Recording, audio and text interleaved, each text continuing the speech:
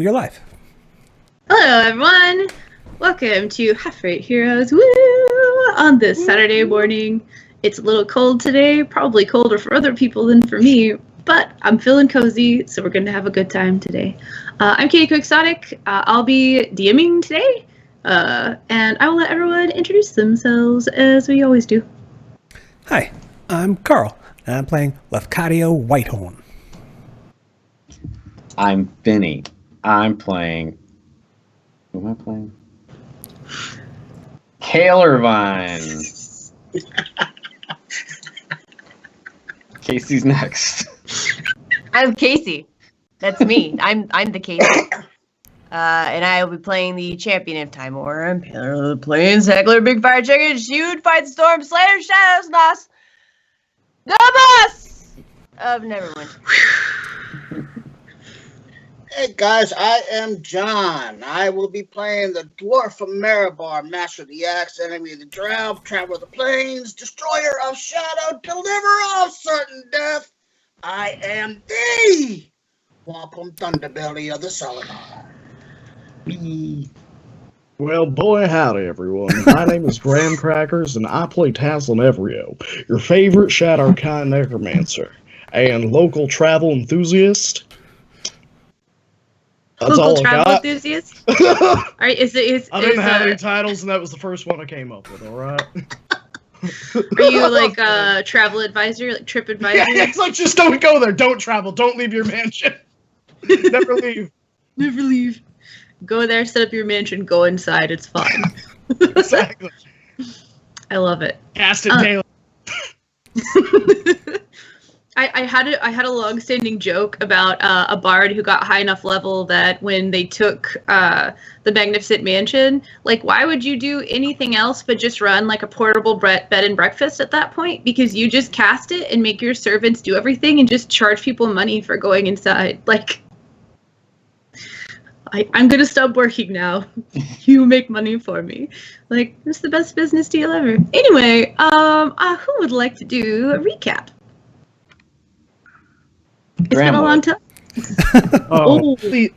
Please don't suggest me. Alright. So, where last we left our intrepid heroes. Wait, before we left them, I'll rewind it. I'll dial it back. Alright. Do it. Someone make sound effects of rewinding. Okay. So there we were in Mirabar, and Taslin got cursed, lost some items because now they're cursed. It sucked. Char's mean and a bully. And so we went to the ancient library of Denier, which was, I think, hidden.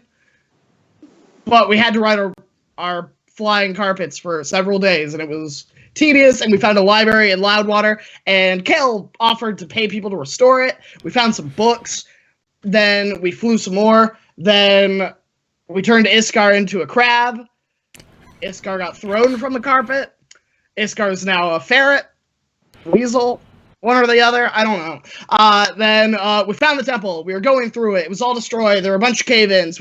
Kale found a ghost unicorn and started following it. And we're following him. And I'm invisible. You're all caught up. You're welcome. I mean, you're not wrong. Yeah. For better or worse. It has been a long time, to be fair. Yeah. I mean, honestly, yeah, that does kind of like, that pretty much covers it. So, so specifically where we left off, Kale had kind of bolted ahead of everyone after seeing something. Because if you all remember, no one else saw what Kale is like bolting after. He's just like kind of taken off, like doing the like mom speed walk thing that like on a mission kind of deal. Yeah, and I believe you had entered into what seemed to be, for what you could tell before, this like bottom level of this structure, and there had been like a ruined like pathway or like wall that had fallen away, and there was like a path back towards some doors. So, Kale. Yep. You are standing at having entered slightly into what seems to be like a walkway that has like a ruined carpet across this stonework on the floor. Everything down here is just a little bit touched by water, it seems. There is a water source right outside, so it seems pretty straightforward where like the humidity of this place might be coming from.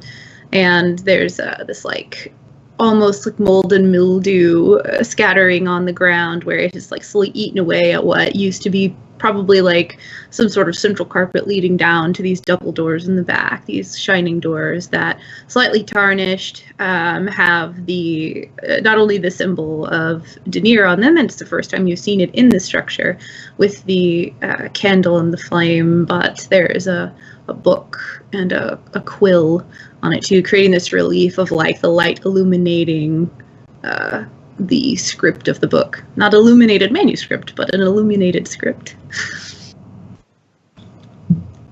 And then at the ghosticorn horse thing ran into that door.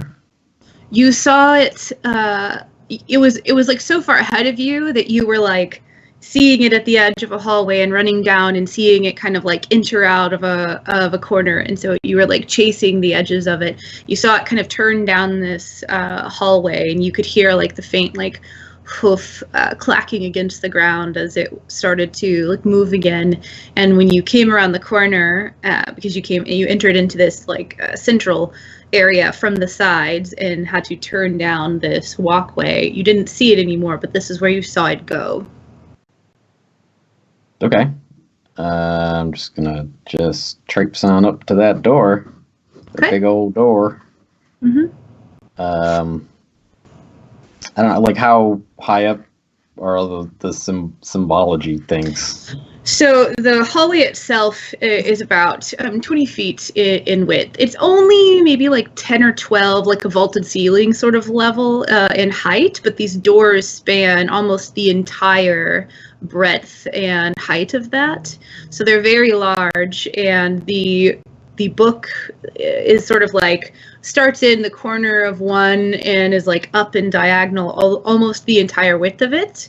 And the quill, which is like almost like imperceptible except in the light, it's so like finely engraved, it's very thin. You can see like each individual I forgot the word of the feathers anyway.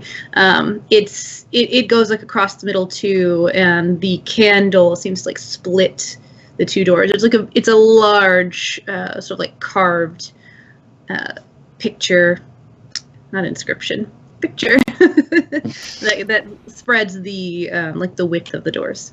Okay. Is there anything written on anything here, like any glyphs or writing of any kind? No, it's remarkably plain. You would probably expect to find something there that told a story, recorded some knowledge, at least like an inscription of the builder or what this housed, but it's remarkably plain. Okay. I'll touch, Caleb just run his hand kind of along the book part. Okay. I don't know, just see if anything feels cool. Also, do I still have True Sight, True Seeing up? Has it been an hour since I cast that, do you think? It's definitely not been an hour. Okay. I mean, I think it's maybe been like, you cast it on like level 3, I think, if I remember correctly. Yeah, I cast it like right before I saw the horse thing. Mm-hmm. Just chase that.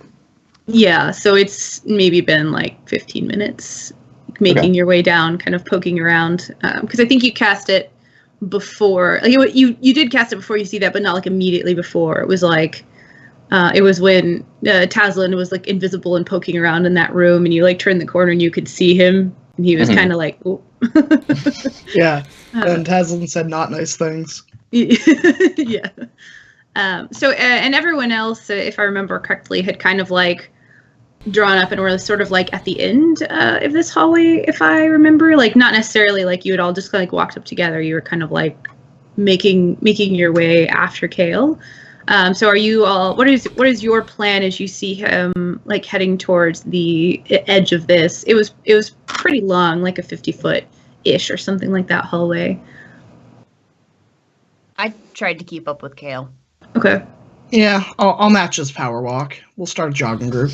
Okay. Power. All right. So there. One will take up the back, but still try to keep up. Okay.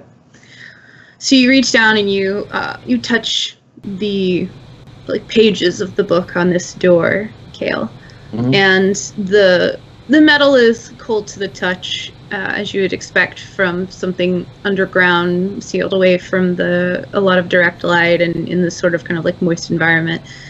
And as you run your hands sort of along the pages, it almost feels like there's like a bit of a tingling to the edges of your fingers. And then you hear it before you really feel like the sort of changes. But there's almost like a very, very quiet, almost imperceptible hum. And then the sort of like tickle that you felt on the edges of your fingers, you realize is almost like a vibration. Like there's a resonance to this when you touch it.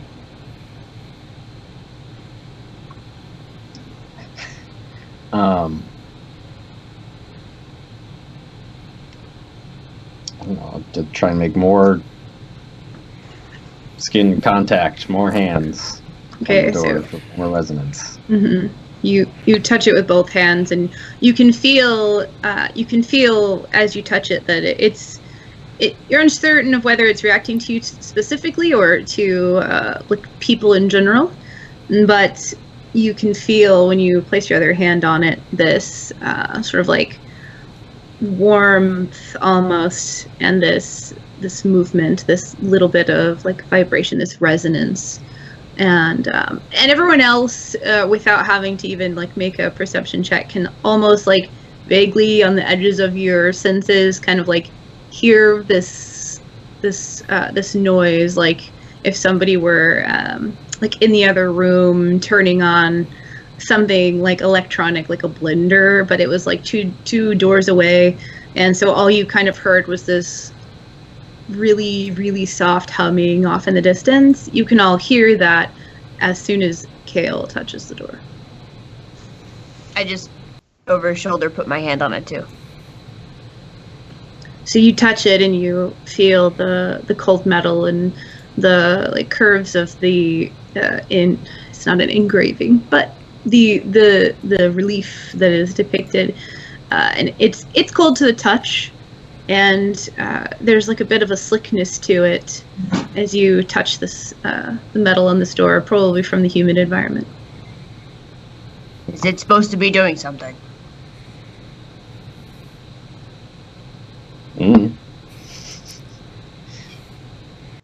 I wait. Well, this is exciting. I'm gonna pull out my Wand of Secrets and use a charge. Okay. And that reveals it's like within a 30-foot radius, yeah, right? The nearest trap or hidden door. Okay. You don't detect anything hidden. Perfect. I will put it back in my robes, and I will use my Ring of Invisibility and go back invisible. It's like flip, whoa, flip. So for everyone else, Taslim pulls out the wand, waits for a second, puts it away. I think that means everything's safe. He does that shit way too much. Well, you would too if you had a Ring of Invisibility. Oh, hush. Can I like push on this door? Is it a push or a pull? Yeah, you don't see any hinges. So, and you don't see any handles. So it would be reasonable to think that you could push it. It was an educated guess for a cleric of the God of Scribes. So you have your hands on the doors, and you can feel this sort of like resonance when you touch them and you push, and they sort of gently start to slide back. And there's there's the dusty, gritty sound of moving against stone and old hinges that haven't been used in a long time. And there's a little bit of dust that falls away as the doors push back and the previously unseen parts of stone in the roof are revealed, and it kind of trickles down over the edges of your hands and yours too, Nos, if you still kind of had your hand on the door. And as you push it back and the creases or the like meeting portion of the door starts to open, it's remarkably dark inside. Now, Drift globe. yes, knowing your spell, you would expect to be able to see through this. And for some reason you can't. The rest of Okay. you just see darkness. But for you specifically, Kale, this isn't normal. So you pull out the drift globe and it hovers up. Where do you place it? Like just next to you? Yeah, just have it hover kind of next to me. Okay, so Light. you said you just turn it on, or do you cast? I just turn it on with light. Okay. The Yeah, light you- spell. It lights up, and you can see at the edges of this zone, that light sort of stops. So it resonates. It not resonates. That's sound. It illuminates back as you would expect it to. Everything looks fine, but it's almost like at the edge of this, there's almost like a barrier of some kind, and there's this like impenetrable darkness. So it's like a darkness spell that I can't see through with true sight still. Mm-hmm. Okay. What is it you see over there, Cal? Nothing. Nothing. Light can, damage old manuscripts and stuff, so let's all just let's do see what Nos is doing. Let's just do a line of that with the holding on to each other, and we'll just walk in. Okay. That sounds like a solid plan. All right. What is your the order that you walk in then? I want to be in the middle. Right As behind Kale. expected. Okay. Oh. So We'll grab. Nos, Tazlin. Wampum will take the back. I'm tripping over Tazlin, apparently. Well, I mean, it doesn't matter that you can't see me anymore. That's This true. isn't your everyday darkness. This is Advance. advanced darkness. Super darkness. Woo. So, you kind of form this nervous conga line. Let me know what you do, I guess, when you are you planning on walking in, Kale? Is that your? Yeah, I'll turn the drift Okay. globe off, and take the staff of healing out and kind of hold that in front of me to feel for stuff as I walk into the darkness. Okay, yeah. I do the same to his other side with my glaive, with one hand on his the back of his hood. Okay. I poke around with my quarterstaff. All right. So you take your first step in, Kale, and there's not a perceptible feeling to crossing over a threshold. It's just as if you're walking through the hallway, as if you were just stepping down and nothing was amiss about this. And you enter into this darkness, and you still feel the stone beneath your feet. You can feel with the edges of the staff that you're holding, each cut stone as it falls away, and there's the crack between the stone in front of it, and so there's that feeling of sliding across and then the dip when the stone meets a new stone, and sliding across and a dip when the stone meets a new stone. And anyone who has something that they're feeling around with will feel that as they move forward. So there's that sort of rhythm to it as they slide and they meet. And these are all very evenly cut stones, so it's almost like it starts to create this small cadence almost as you're all kind of shuffling forward and each meet one and it falls. And Kale enters into this darkness, and then Nos enters into the darkness, and one by one, you will follow in after each other until you have stepped fully in. Wampum bringing up the rear, the last one to pass through, and you are utterly in darkness. You cannot see around you. If you are prone to perhaps a sort of vertigo that happens when you are in the complete darkness, and your equilibrium can be sometimes thrown off, and you're like having trouble discerning which is down and which is up. That happens sometimes when you're in the sort of deep darkness, and there's just almost like a head rush to it. As you're walking through, and your body almost stops being able to discern down from up for a moment. And then, Kale, you start to see these like ribbons of color, almost. Not necessarily light.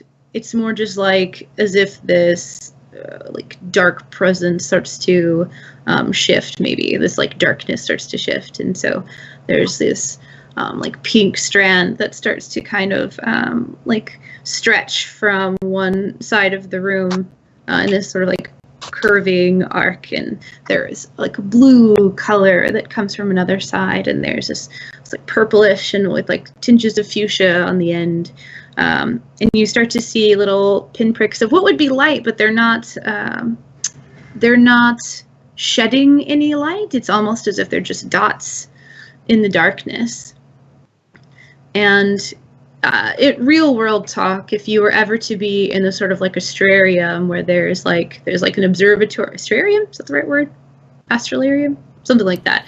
You have like an observatory, and you have a very clear, like no light pollution view of the night sky. It's like very similar to that, but you're not seeing constellations that look familiar. But it does have very much that sort of like aurora borealis-y, like cosmos, like night sky, but almost just without the absence of light. And these little pinpricks, these little like almost white dots, to you, Kale, specifically, you start to see almost like movement to them. Not like they're not like shaking or anything like that, but there's like little shifts, little changes in their form, and you start to be able to pick out letters and glyphs and signs. But some are in common, some are in Elvish, some just look arcane in nature. They're not like writing of any discernible language, and you start to see signs from languages you know, languages you don't know, some things that look completely foreign to you, and they start to move, and some connect and come back apart, and several might form a line, and as they all touch and the last one touches to it, it's almost like it spells a word, and you look at it and you should know what it is because you recognize so many of the characters, but it sort of fades the moment that it does that. And you can see this starting to happen quickly, almost like there's like words almost flying around, but everything's happening so like far away and at the edges of your sight that it's just really difficult to grasp what it is that's being said or what words are being put together as you're watching this sort of happen around you. Are you going to continue walking, or are you going to like stop and observe?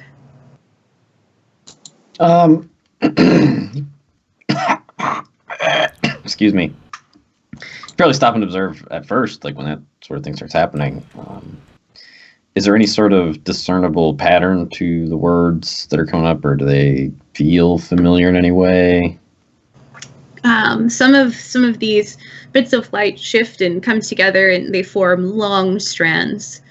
And it's like if you've ever seen like a child who's learning how to write, and things are so close to correct, but letters are backwards, and some things are upside down, and it's not spaced properly, so you can't tell the end of one word and the beginning of the other. It's not that they look that way, it's that's what you feel like when you're trying to read it. Like, it's right there, and I recognize these individual components, and for some reason the meaning of it is not coming to you. Like for some reason, whether it's happening too quickly or it's just fuzzy enough on the edges, every time you try to comprehend something that's being said to you or presented to you, or just an image that's in front of you, it's like it just escapes it. Like the understanding is just beyond the edges before it kind of fades away. Okay. Is there any sound? You don't hear any sound at this point, no. Okay. What you described to Kale would kind of sound like, like the essence of faith that he's described to other people in his party before. And it's that you can't like logic your way into it. It's just something you have to just accept or intuit, kind of. It's weird. It's difficult to explain. But I think he would get the feeling that's being conveyed here. I don't know. He'd probably just walk deeper into it. Is there any sort of indication of any kind of direction? Is there somewhere where there's more of this words happening than anywhere else? It's almost as if you've crossed over this threshold and you see like an endless expanse in front of you. Because you don't see any perceptible boundaries to it. You just see these all sort of... It looks like when these symbols come together, there's not like a specific distance at which it's happening. So it's not as if you can see like, oh, that must be a wall because this is moving along these sort of borders. It's like you walked through this threshold and now you're on a plane and you're looking through the darkness at these things happening in the distance. Okay. Is it possible to touch any of these things? You can try to like reach out, and it all seems like a bit far away. And if you continue walking, then sometimes it seems like you're getting closer to some of the like information or whatever this is, as it's like creating these strands and fading away. But you never seem to quite reach it. So if you see one that's close to you, it's like there's a shorter word. There's maybe like 6 or 7 characters, and this last one kind of tails on to the end, and they attach, and there's this like shift as it sort of like drifts together for a moment, and you start heading towards that one. But it's almost like you never quite reach it. Mm-hmm. It's always just beyond the edges of the staff that you're carrying or your fingertips before it disappears. And some are closer than the others, so it's not like they're equidistant, but you never seem to quite like reach this in like a physical state. Okay. Kale will try his best to keep just walking in one direction for, I don't know, a few minutes, like 5 minutes. Okay. So you pass through. Go ahead. Yeah. I just want to pipe up behind her. I was like, you want to see if you can like talk to it, ask a question like you do, or it's a form of communication, right? So maybe you should try communicating with it. I don't know. Okay. Excellent suggestion. I'll keep that in mind. Let's just see if... I'm testing out a theory right now. Okay. But thank you. That's a good point. Is anybody else doing anything in particular? It's dark. Just try not to trip. Okay. If I trip, I got a hold of your tail.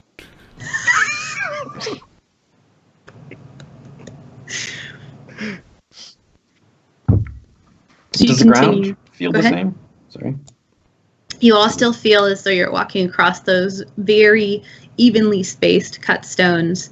And if you're still feeling along the edges, even periodically with any sort of staff or a glaive or what have you, then there's the same stone feeling and the same meeting feeling that you have encountered, even as you're crossing over whatever original threshold it was. Okay, just making sure. Okay. You continue on as you're walking, and each time you see these sort of like pinpricks shift and come together and form some sort of word or thought or what have you. There's, like I said, there's different lengths. Sometimes the words are very long. Maybe it's 10 or 11. Sometimes it's only 3, and they have different shapes. And you can recognize the individual letters. And so you see several languages. You see sometimes some of the glyphs that come together are letters that you recognize, and something completely foreign. And it definitely looks a little bit more like an arcane sigil almost. And those come together in what doesn't look like it should be any type of word at all. As they sort of like fade out, and this continues to happen as you walk forward. At like the 4.5 minute mark, I'm gonna be like, so what is your theory?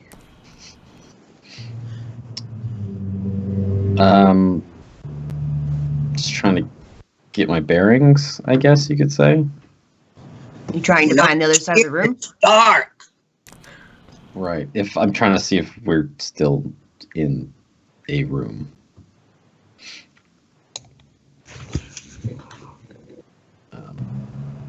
That's about it. But, it's been a while and we're not.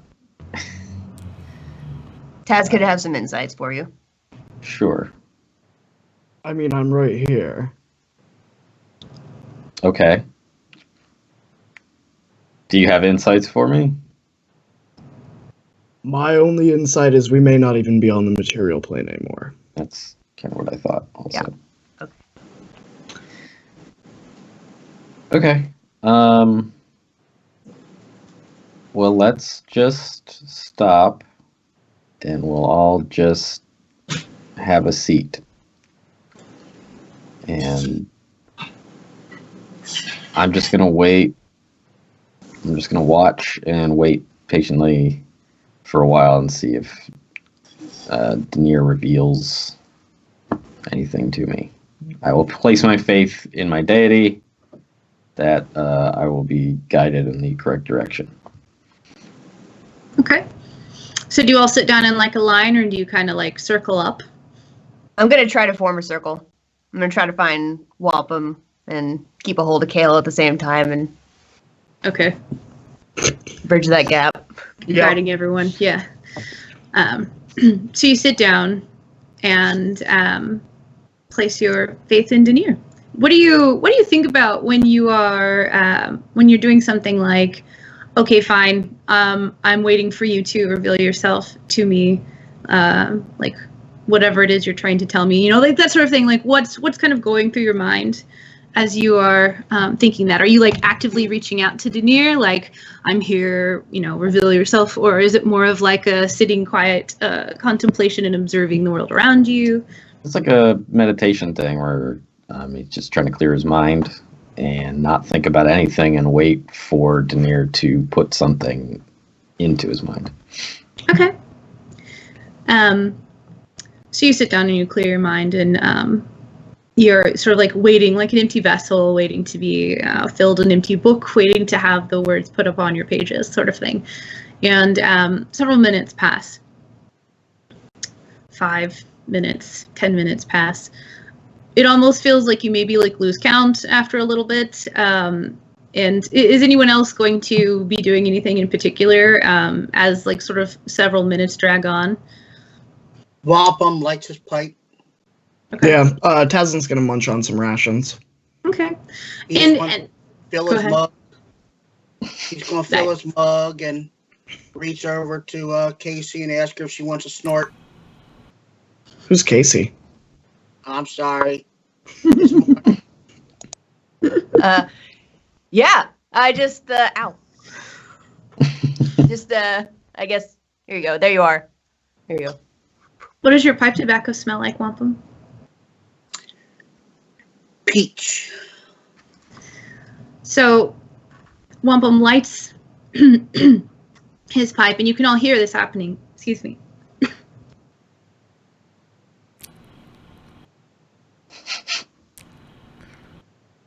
It's all that peach smoke. It's all the peach smoke. You can hear it happening. You can hear the crackling of the flames as it starts to like lick the edges of tobacco. It's a sound that you've heard before.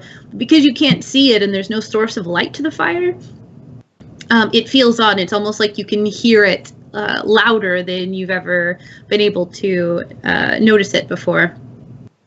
And each time he takes a draw from the pipe, there's that sort of like increased burning, crackling sound, followed by the sort of like pleasant, peachy, smoky aroma that's associated with the tobacco that he's smoking. And you can kind of like hear the liquid as it's being poured and as it sloshes slightly around the glass. And each time a sip is taken, you are here for so long in the sort of like vision that you've become accustomed to, as you can't rely on that anymore because you can't see each other. You're having to kind of feel around for everything. It's like all the sounds become amplified. You notice it more because of the sort of like sensory deprivation that you are experiencing at the loss of sight. So these sounds are going on behind you, or not behind you, like in the background of your experiences. You're trying to like meditate and clear your mind, Kale, and it almost becomes like rhythmic in a way. And as the moments pass away and you are waiting for the message or the clarity, and you're watching these letters and these sigils and stuff sort of like form these concepts that are beyond the edge of reason, you start to see patterns that it's not that your active mind understands it.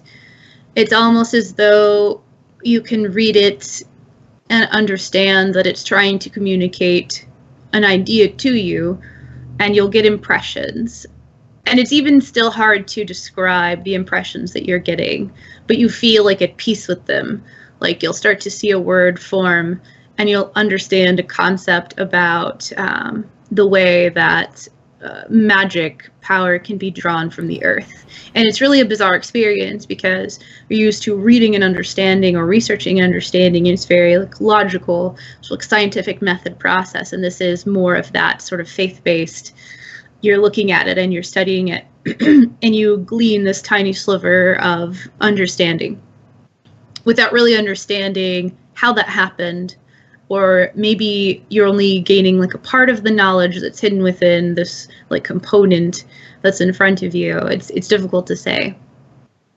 Go ahead for me and make, it would either be like an investigation check or a religion check, whichever you think might be more appropriate in this situation. Well, gosh. So they're both kind of int-based things. I think it would be more insight. Okay. Because I'm not really, because like you're saying, it's not something I can reason my way through. It's just I have to just kind of accept what's happening and just try and feel it out. But Yeah. without, yeah. So That makes sense to me. Insight. I'll use one of my book inspirations. Like Yeah. book next to my head inspirations. Book next to my head.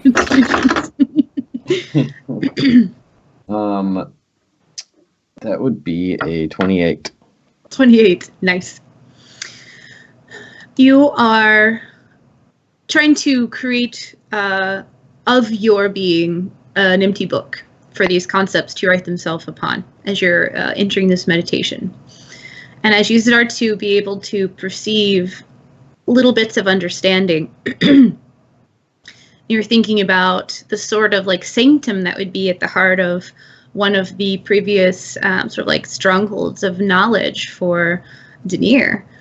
And it occurs to you that there are some concepts that might be beyond like a mortal's understanding, and that Denier has been involved in recording knowledge in a way that like suffused the other bounds of other gods' sanctums, their domains, that might be beyond active understanding, but there is a storehouse of knowledge within that could potentially hold understanding in a way that like beings haven't historically fathomed, and that like being able to tap into that would be sort of like a wellspring of like invaluable knowledge. I don't know, I keep using the same words over and over again, but but it's like it's all right there, and finding a way to sort of like channel it would be like immeasurably valuable,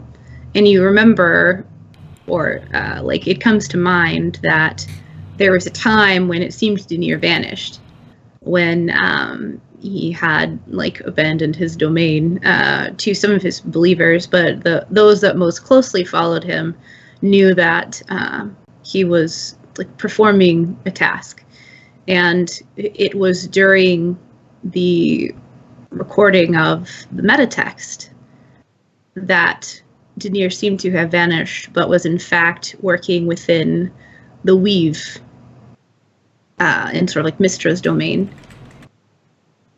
And you feel, as you're thinking about these things, that this might be what you're viewing, or akin to it, or some sort of way to reach out and kind of tap into a bit of it.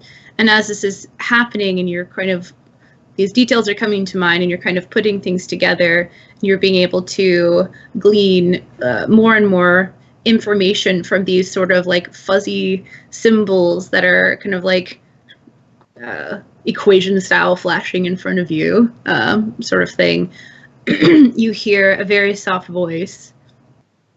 No one else is experiencing this, for the record. You hear a very soft voice say, "Do you know what it means to understand?"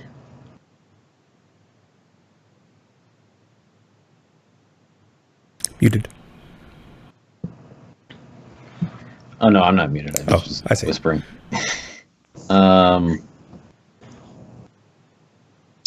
Trying to think. In that state of mind, do I know what it means to understand? I think Kel would just kind of not the word so much, but the concept of understanding is something he would just try and make prominent in his mind by itself. And that's his answer to the question, just understanding. Okay.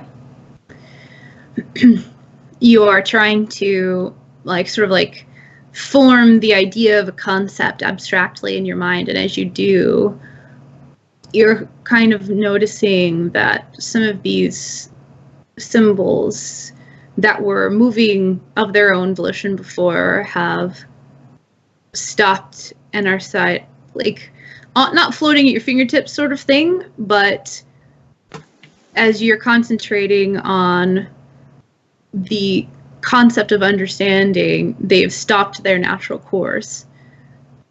And the longer you are sort of like ruminating on the concept of how to understand something or what it means to understand something, it's almost as if they move in a way that feels connected to you. And although you still can't read necessarily what it is that forms when you are concentrating on this concept, they almost move in a way that, like I said, feels connected to you. And then when they come together and then they intersperse, you hear, "Do you know what it means to be chosen? Do you understand why you are here?"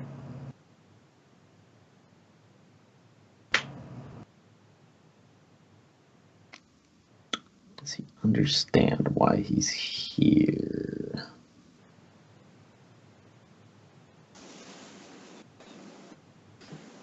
Nope.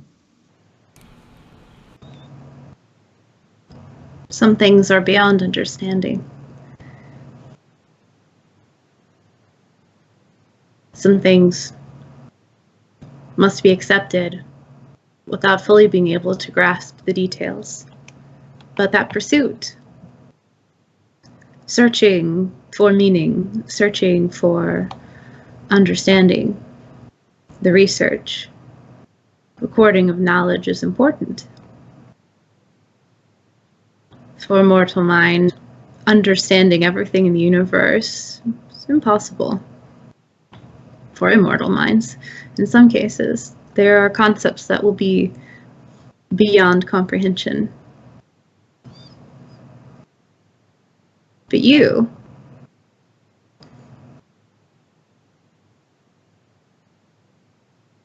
You seek meaning. You seek enlightenment. You travel, and care is taken in the preservation of such things. And it would have been that way if I had never come to you. Perhaps not in the same method, but it would have. You are chosen because of who you are, not because of what you've done or where you've come from, but because of who you are.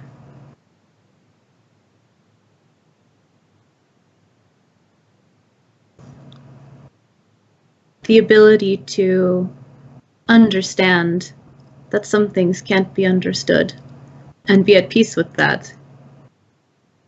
That is unique among your kind.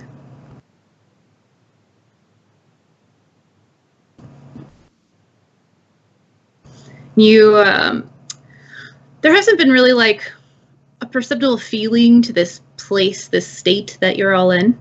You kind of crossed over this threshold and the temperature of the air hasn't changed. You haven't felt wind on your face. There hasn't been cold or warmth of any kind. It's just almost been like a stasis. It's a bit bizarre. That sensory deprivation becomes very apparent when you're in that situation. But you feel like a warmth kind of wash over you, Kale. And you've all been sitting in silence. Have you been speaking out loud, Kale, at all? I think you said you were concentrating on concepts. Yeah. So you're all kind of like sitting in the silence, and you're hearing the sort of like burning of the tobacco in the pipe, and you're hearing the sloshing and drinking sounds and the crunching on rations and such. And after you've been sitting in this utter darkness and seeing these like ribbons of color and these dots of light kind of like in the edges of the distance for so long, there being any type of source of light is really unsettling at first. So you're sitting in this darkness, and then there's almost this blinding light. And you realize after your like vision sort of adjusts and settles that it's actually a very tiny mote, almost like an ember that's like floating in a breeze. And it's kind of centered in the middle of all of you. And Kale, you look around and you can see the faces of all your companions illuminated. The like shadows that are like drifting behind them kind of like eke off into the distance, like there is no wall behind them for the shadow to rest on. It just stretches on and on. And the voice you hear again, Kale says, "There is a reason you are all together. Some fates are not up to gods. They simply are. What you choose to do with them, there are many paths to tread in that sense. But some things cannot be prevented. Continue pursuing knowledge, continue understanding that some things cannot be understood. And through that acceptance and also pursuit, you will always find what you're seeking. And I will be with you."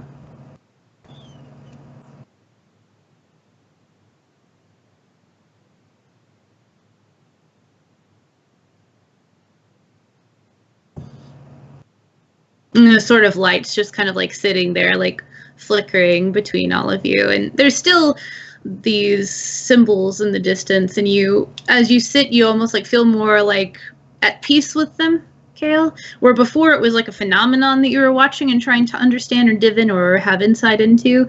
Now it almost feels as though this is part of the fabric of the universe, and you have the ability to reach out to it and like wrap yourself in it in a way, if that makes sense.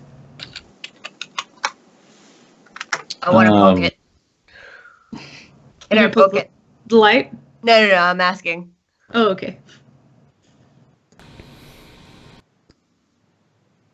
Can I poke it? Can't touch it. Or I really want to touch it. Kale will touch it.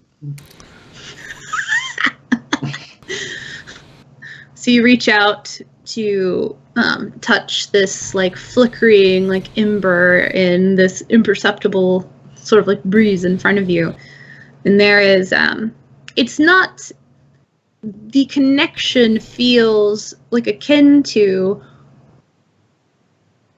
like accidentally touching a live wire, but without the pain. There is just this like coursing surge of energy, and it might feel a little bit like putting your finger on the edge of like a needle, but not pushing hard enough that it pierces skin. But it just sends this sort of like shock wave through your body that does give you like a bit of like a, like there's force to it. But you don't feel like pain when you touch it. But everyone can see just enough to see as Kale sort of like makes connection, this sort of like surge as like his body kind of like not tenses in like what looks like an uncomfortable way, but just like experiences this. Shit's happening. It's going down. It's going down. Made me think of that song. I guess, I mean, Kale's just gonna let himself, he's gonna let the power flow through him. Okay. So you sit quietly, or not quietly, for several minutes, and if you're all sort of like watching the world around you, this light kind of like grows slowly over time, and it's not that it gets any bigger, but there is like a brightness to it that sort of starts to spread. And where before it was like the edges of your features were illuminated, but there were still like long shadows, and it wasn't bright enough to even see like a whole lot of color at first. Eventually it's almost like sitting around a campfire, and then the light sort of spreads out, and you find this sort of like this darkness and these symbols and these like strands of like mushy color that were like blending and swirling together are like slowly pushed back, and you start to see the stones of the floor, and you start to see the like edges of walls, and you are in a very large room, but not nearly as expansive as you originally thought based on the like experiences that you were witnessing before. And so as this light almost like pushes back the edges of this darkness and the glimpse into the weave perhaps that it was that you had been given, this room is slowly revealed, and you're sitting on like a central dais that has steps down to it. There are braziers, 5 of them, like kind of like circling this, and they all are built to look like, instead of having like some sort of like fancy filigreed base, they look like candles, where there's still like a metal basin where like oil would be poured into to be lit, but it does look like it's intended to represent the sort of like Daenerys sort of symbol. And other than that, it's just a stone room. It's like ovular in shape, but there's nothing else remarkable about it. Do I feel any different? I mean, you feel like you've had quite an experience. Yeah. Which hand did you touch the light with? Right hand, I guess. Your right hand. That arm feels like I lifted my shoulder up and it popped. Sorry.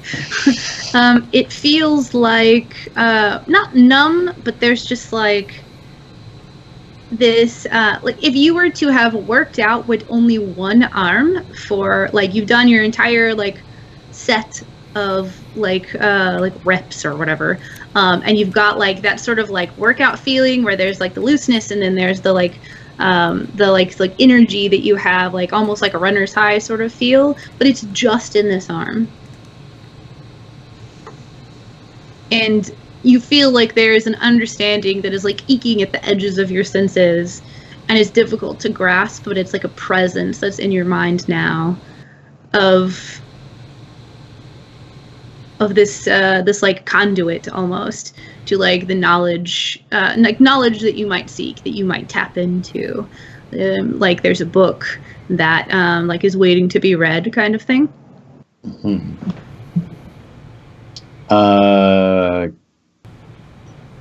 He'll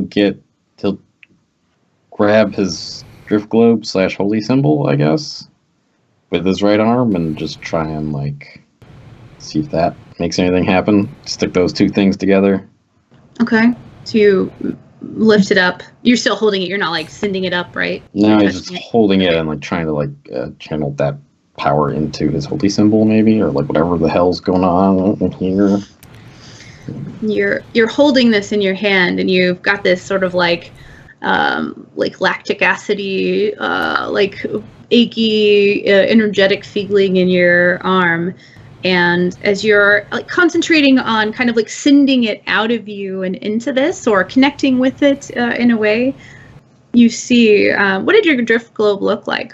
Like, what does it normally look like when it's not like lit? Like how you imagine like a crystal ball for scrying looks, but just bigger. Okay. And kind of bluish. Okay. So you're holding it and you're watching it, and there's this the faint blue tinge to this like crystal, and you see almost like if you've ever put like it's like alcohol colors into oil. There's that sort of like tufty, smoky look to it. Starts to kind of like puff in from each of your fingertips that are touching it, and there's this darkness that starts to like eke into it. And as the like black smoke starts to swirl into this bluish like crystal ball, there are those strands of that like the pink and the fuchsia and the purple and the blue and that very like cosmos like swirly look to it, and you can see the little like pinpricks of like white are filtering into it as well, and that sort of scene that you had been experiencing with these like combining concepts and sigils and symbols begins to occur within your drift globe. I guess Kale will try to mentally like just try and control them a little bit. Like you said before, that as he was imagining certain concepts, that they would form different things that kind of were representative of that concept. So I guess he would try and do that again. Okay. As you're concentrating on it, what is everybody else doing as they see this sort of like change happening? You don't have to be doing anything in specific, but just, you know, you're watching him hold out his drift globe, which has like up until this point always had a very specific look to it and is now changing. Wampum cleans out his pipe on the bottom of his butt, puts his mug away, like he's getting ready to go somewhere. Gotcha. Okay. Yeah, I think Tazin's just watching. Fair. Okay. Also watching, like, dumbfounded, just like, oh, that's pretty. That's really cool. You are concentrating on concept scale and trying to like will things to form inside, and you can tell if you sit and watch it passively, these things sort of happen and you can like watch and experience them. And when you're concentrating on something and trying to will something into existence, it does feel like you have a bit of a connection to what's going on. It's not like it starts to like spell out words or create images for you or anything like that, but there is that connected feeling that you have some like modicum of control over what's going on. It's still just very difficult to try to like suss out what exactly like is happening when you're doing this.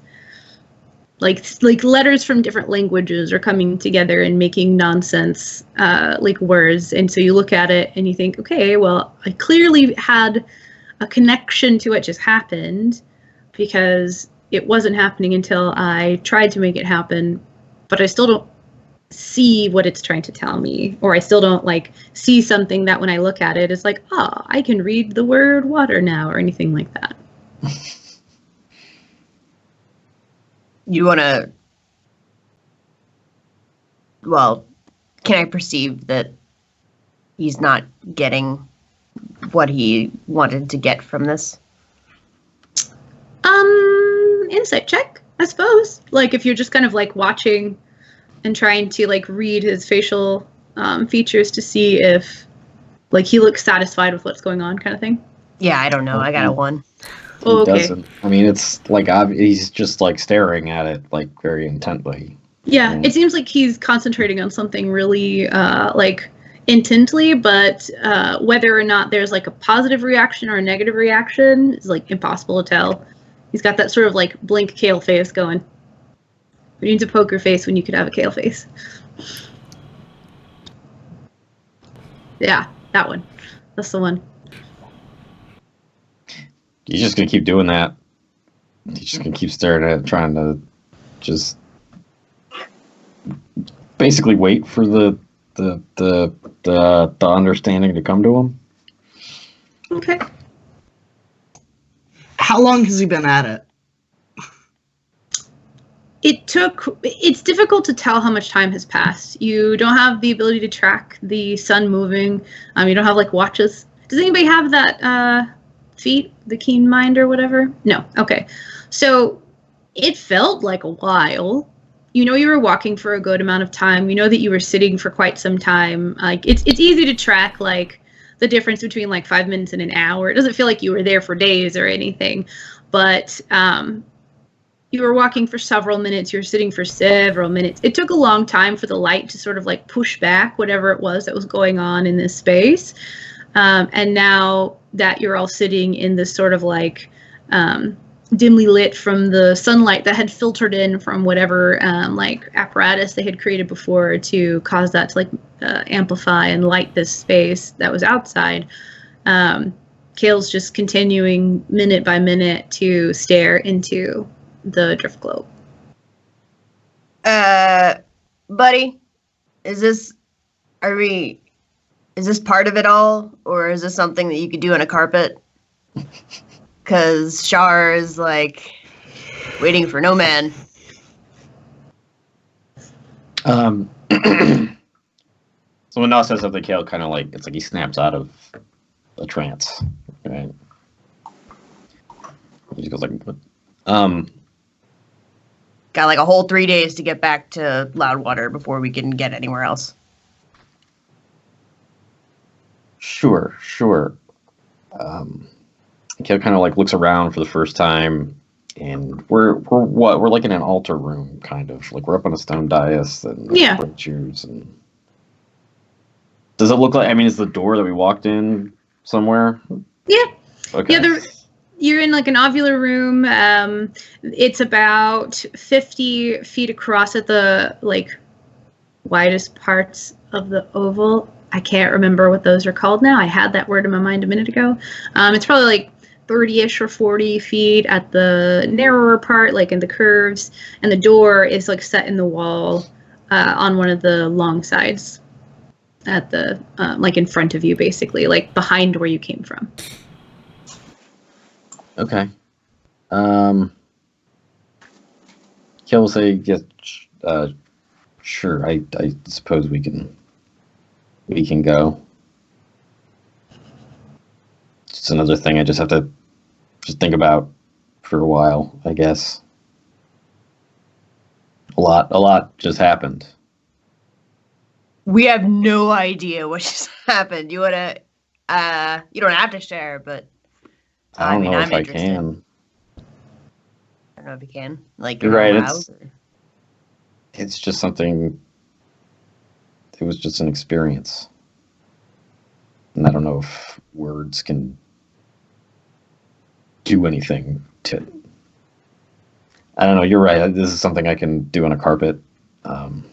We should maybe go. Question for DM: do I get a sense that this place like hallowed ground? Oh yeah. Okay, so I don't need to do that. Remove the sandals from your feet. No, I'm sorry. Yeah, no, you definitely like it's permeating. Like the feeling that you had when you crossed into whatever it was that you walked into before is still there. There's an imminence to it. There's like a magical twinge to it. There's like a feeling of being connected to Denier here that while you always feel the connection that you have because of who you are and the relationship that you have with Denier, you feel the presence like palpably in this room.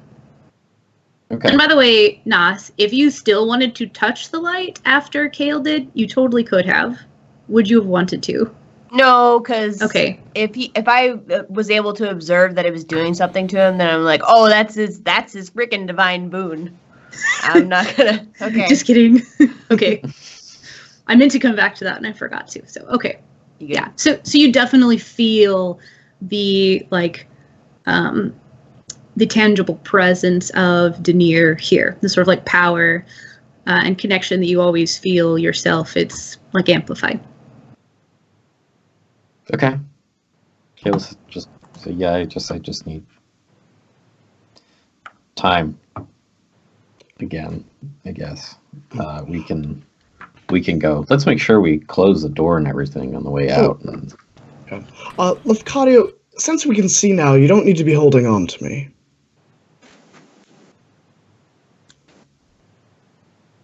I haven't been told to let go, so you ain't going nowhere. Well, I suppose I can't. You can't blame me for trying. Well, that's between those two. Kale's just gonna leave. He'll pocket the drift globe and just leave. Okay. So Kale gets up to leave. I'm assuming the rest of you all follow. Yep. Okay. As you all sort of like get up and filter out, and you open the doors, and they open outward too. So it seems like you can open them either way.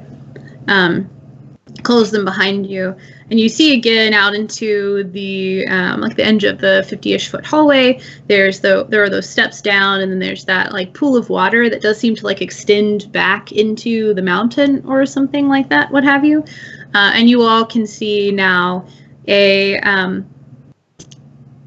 would be a unicorn, but there's like moss growing on its back, and there's like lichen down the side of it, and its hair seems to be like tangled in with like reeds and no, darn, it's not seaweed, it's the freshwater stuff. Kelp? Kelp? Thank you.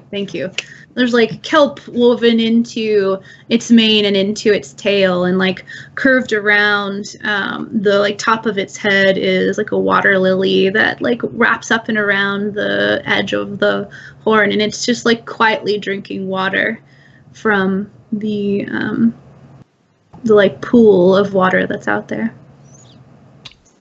Are we talking like a hippocampus kind of thing? Ooh, Or you know kelpie? what? Katie doesn't know what a hippocampus is, so I was like, Sorry, isn't that's that a like- part of your brain? Yeah. Like, that's what in Greek mythology, you had water horses, and then you have kelpies, which are Celtic, which are like evil unicorns that live in the water and drown people and eat them. oh. Do you have like a that's what it looks like? I mean, So, could I make to- like, a history check or Okay, I was gonna say to determine insight? more about Maybe do I sense some hidden bloodlust from this creature? you tell me whether you want to make a history check or an insight check then. I think I'll go with history. Okay. Go ahead and make that history check then. First roll of the day. Woo. I bet it's gonna be real low. A 14. Okay. So like Tazlin, you first saw it and there's that like panic of like, is this one of those evil unicorn things? And you're looking at it, and the way that the thing that you're actually perceiving right now doesn't bring to mind anything specific you have been able to connect to like evil horses. It looks like a unicorn that's like covered in moss and stuff. I Okay. don't think I've come across this before. Yeah, I think Tasman's going to keep his distance because I think he's starting to learn his lesson about don't go towards interesting things. He's just going to go, well, that's interesting. And he's going to keep walking away. Well, as soon as he sees a kill, just pause for just a second, and then in Sylvan, he'll try Sylvan, and he'll say, hello. So are you going to talk at it from the like doors where you are? Because you would be about like 60 feet, 80 feet away from it at this point. Are you going to like go to the edge of the hallway and do it? Or are you like yelling from a distance, or are you like moving forward and talking to it at a normal tone? Halfway. Halfway. Okay. So you travel down the hallway and you stop several feet back from sort of like the edges of where that opens up into the main room, and you're in like a raised area, so you're kind of like looking down, and you can see it down there. And in Sylvan, you say hello. What does Sylvan sound like? What does it sound like when you say hello to people who don't speak Sylvan? Like a song. Ooh, okay. Like singing the notes of a song or something. Yeah. So you say that, and it's like drinking water and kind of like munching at some of the like moss that's like on bordering the edges of the water, and it looks up at you. And it looks like curious and interested in you, but also like it's got this sort of like placid expression, like it's like feeling calm and at peace. And while you don't get like a response in words, it just kind of like makes pleasant and like curious eye contact at you. He'll continue in Sylvan and ask, "Are you the guardian of this place?" And it kind of like flicks its mane at you, and like takes a few steps.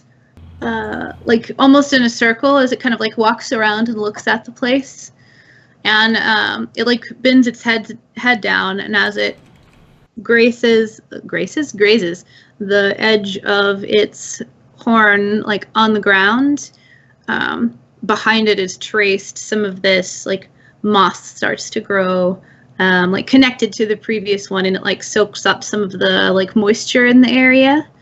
And it kind of like creates a little bit of a line. It's difficult to say what it is it's exactly trying to show you, because it does look like it's showing you that it can do this. But what you notice is that it's absorbing some of the moisture. I'll take a few steps closer and ask, are there others like you here?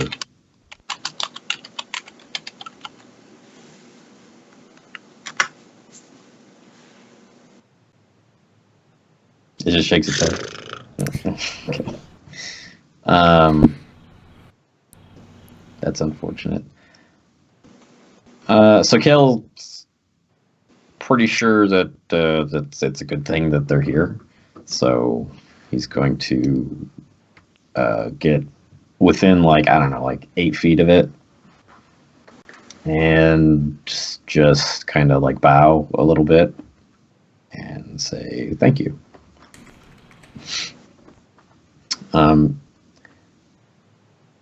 Is there anything I can do to help you?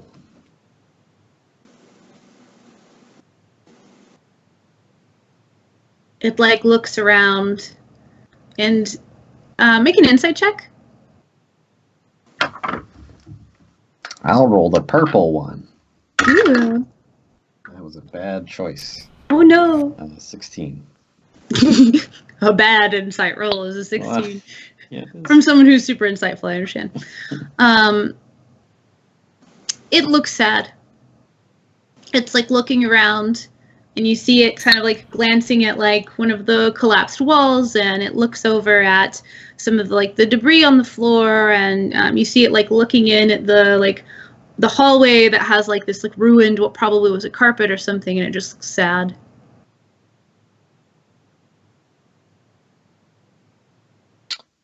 Well, kind of have something else I gotta do right now.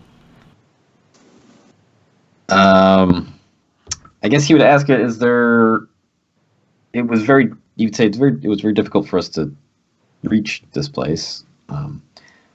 Is there an easier way to have people come here to help restore it? Like a hidden entrance or something?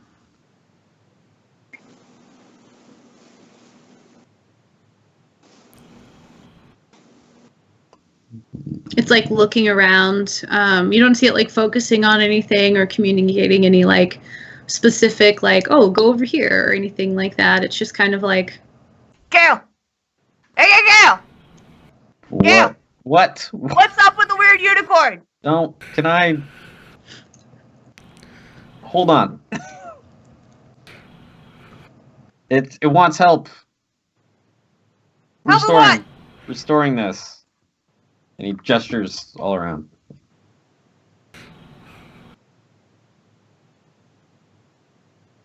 Taz, you still here?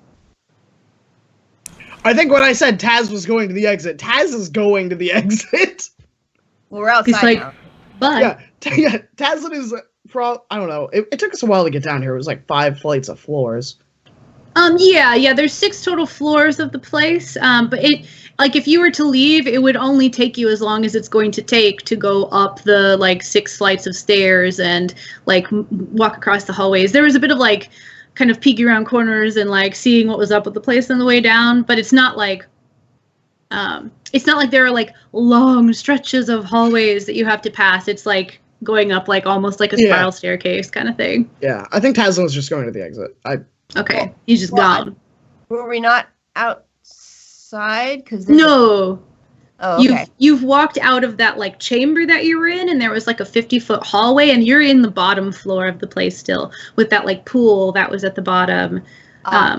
So you're still in the bottom floor of the place. Well, you all are. Talzin's leaving. All right. Okay. Well, Yeah. I'll try to find. I'll be right back. I'm gonna go try to find what might possibly be the remnants of a teleportation circle. That was going to be my next question for the thing. For the unicorn thing. I help. Okay. Is there a teleportation circle here?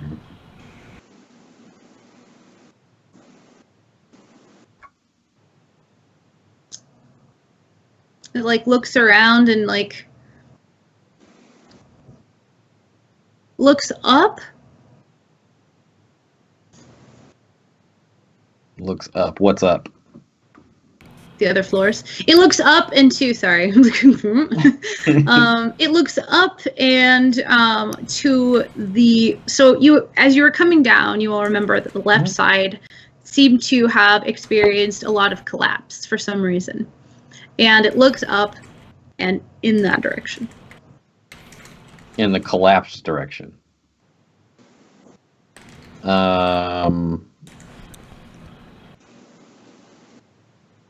Hey, Wampum. Yeah. Over there, he'll point in the collapsed area. He'll say, do you think there's any way we could get through there relatively quickly? Wampum will go over and investigate the rubble. Okay, so it's looking up sort of like several floors. So you're thinking that like when you came down, it was the third floor had been the first one that you had encountered where there was like a wall of collapsed rubble. And Wampum did look at it then too, FYI, John. You remember just from the look that you had before that it's something that could be cleared. The progress of which is difficult to determine how long it might take. If that hallway mirrors the length and the breadth of the other one, then there could be quite a large space there. It's difficult to say how long it could take to get to wherever that might be. Excavation might be like dangerous and might require like a team because it looks like there had been a support structure keeping this place like like pretty fairly mirrored, and something happened on the left side that caused the mountain to shift. There was some damage. Something just like fell away because it wasn't being cared for, and it was difficult to say how deep the like collapse had gone. Is it climbable to the next story, or? Yeah. You guys were able to, like, there's stairs on, like, there's a left and a right path each time. And so while these were blocked off, you were able to easily make your way up and down to, like, leave. But that wall could be, like, or that area that's collapsed could be, like, 50 feet deep and the spans of the, like, 100-foot hallway, because you weren't able to find, like, an end to it. Okay. Wampum just turn around and look at Kale. Nope. You think that it's like maybe some like possible with like a team and supports and stuff like that, but for the lot of you guys, yeah, probably not. Did Kale actually say that that was going to be his next question to the creature, or did y'all just let me run off? You know, I assumed you said it out loud, but I don't know. What did you? I didn't mean to have said it out loud. No. Oh, okay. Okay, so I'm gone. Yeah, Yeah. Nas is gone. Where are you gonna go look, Nas? Probably at the heart of the area. Like the place you guys just came from, sort of thing? Yeah, like, Okay. was it 2 floors up towards the middle? If I can get there. Okay. That's usually where they're located. It's in the heart Okay. of whatever. So yeah, you go 2 floors up, and the 4th floor had been the one where there had been like the collapsed like floor on the left side, and that had like filtered down into the floor below it. And you're kind of like searching around, and there doesn't seem to be anything like going through the areas that you've already been through, and then like into the sort of things you hadn't really poked through before. There doesn't seem to be anything that represents a teleportation circle. I'm gonna look around and make sure no one else is watching me, and then I'm gonna go up 1 more level Okay. to the approximation of where I think would be over the hull. Okay. Let me make sure. I was like, I'm pretty sure, I think the 4th floor was the one that the floor had fallen away, and the 5th floor is the one that had the rubble. So going up would be going to the 3rd floor, and that's the one that's collapsed on that side. So you're going to go Okay. up to that, like, collapsed rubble again? The floor above it. The floor above that. Yeah. Okay. On the 2nd floor, make sure that I remember exactly what I do have there. Yeah, so on the 2nd floor, you guys had encountered several areas that looked like there had been like big libraries and like a dormitory-esque type feel to it, where there were like obviously several like sleeping stations and stuff like that. And on the 2nd floor is where you're encountering like those types of areas. So I'm going to go over the area where I think might lay beyond some approximation of the mess. I'm going to kind of look around. Okay, so you're on the 2nd floor, like above where like the worst of the collapse had happened on the 3rd floor. Yeah, and but that's where, okay, several yards down just to make sure. gotcha. And then I'm going to look around, and then I'm going to... yeah, I will attempt to... First, I'm going to go angel mode. Ooh, okay. My hair is going to start drifting up into the air. It's going to take on a shimmery sheen, and then these big old ethereal golden wings fly out from my back, and my eyes are completely consumed by this golden light. And I'm going to continue to look around, like make sure no one's watching, really make sure no one's watching. Okay. Are any of the rest of you following Nas as she like took off to kind of go like peek around? I think no one like made mention of it, so, but you could have if you wanted to. No, okay. Yeah, so you take a look around. You can like, you can't see Taslin, but he said he was leaving, and there were like the footsteps of him like just kind of like. I'm not too looking concerned like, about yeah. Taslin in this regard. Okay. For Yeah. what I'm doing here. I'm sure he would just applaud me. Yeah. And it doesn't seem like anyone followed you. You can still hear like faint talking going on several stories below. So in this area, you can see that The hallway itself is mostly clear. It's the rooms that were beyond the hallway that there had been like collapse into. So the second floor, it had like been damaged and you'd lost like part of it. And the third floor was the one where like the whole left side was just like blocked. So you go over to the like area behind that wall, and you're looking specifically for like a way to get down, maybe through like the rubble. That's correct, because horizontally is not the only way to get to a place. True. Okay. Go ahead and make an investigation check for me with advantage. 18. Ooh, 18. Okay. So, the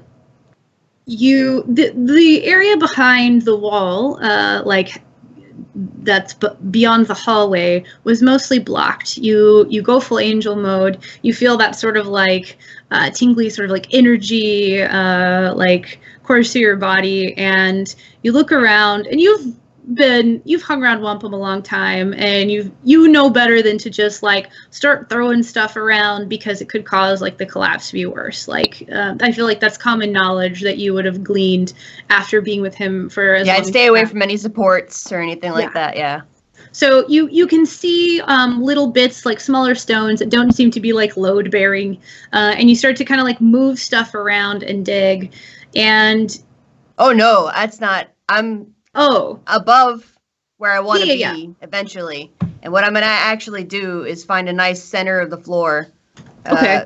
Most of the levels have been repeated in architecture. Yes. So I'm kind of counting on that.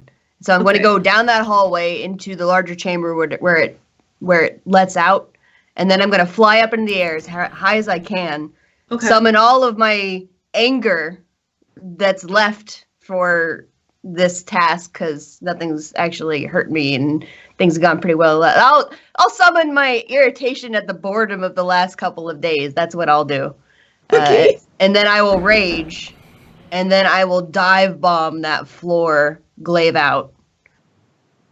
All right. And I'm going to attempt to break through it. So in that case, either an attack with the glaive or like an athletics check, whichever you think is kind of more the sort of like pathway that Nos is taking here. Go ahead and roll that with advantage. If you're going to roll like attack and damage, you can add your rage damage and all that stuff to it. Your choice, whichever pathway she's really like funneling that rage into. We're going to go with the glaive. My intent is to stick the blade of the glaive into the cement connecting pieces so that I can get past the stone, and then if I hit it, I can pry it up and really do some damage. Okay. So here we go with a bitch. Oh god, 22! Ooh, okay. For 13 slashing, as well as 9 radiant and 15 radiant on top of that. Okay. Does it make light when you are doing like the radiant damage, or is it just simply damage? A little bit. Okay. A little bit of light. The glaive itself has like golden sparks that come off of it whenever it connects. I would say then, Wampum, with your passive perception, there's like a flicker of light, like up in the air that's kind of happening. Mm-hmm. As you're watching, like, or you're chilling there on the bottom floor while Kale's talking to this mossy unicorn. And I think this is a good place to go to break.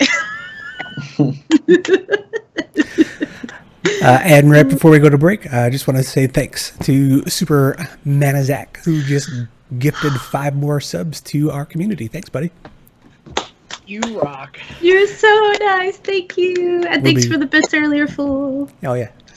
We'll be right back.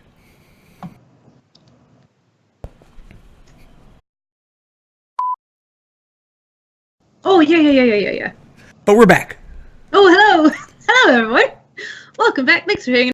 We appreciate you waiting while we got up and stretched or did some planning or whatever it was that we did while we were away. We were muted this time, I'm sure. And we've just got a few things to cover really quick before we jump back into it. That's right, Katie. Before we get back to the stream, we want to give a special thanks to our sponsors, Campaign Coins. They're great human beings making really great metal coins and other RPG accessories. You can check them out at campaigncoins.com and on Twitter at Campaign Coins. If you want to be part of the Open for Adventure community, come and hang out at our Discord and chat with these fine folks. Sometimes we're in chat. You can catch us. Subscribers and Patreons get special perks also when they join. Also, feel free to give us a follow on the Twitters, where we are Open for Adventure, and that's how you get alerted to new shows and events.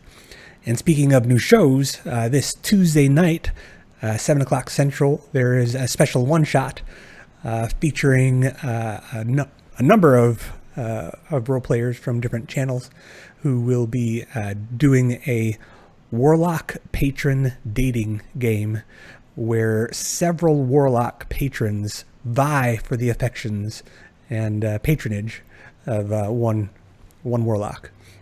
So that's going to be exciting. So come check that out. And those are my announcements. Woohoo! Wonderful announcements. I think that's it, right?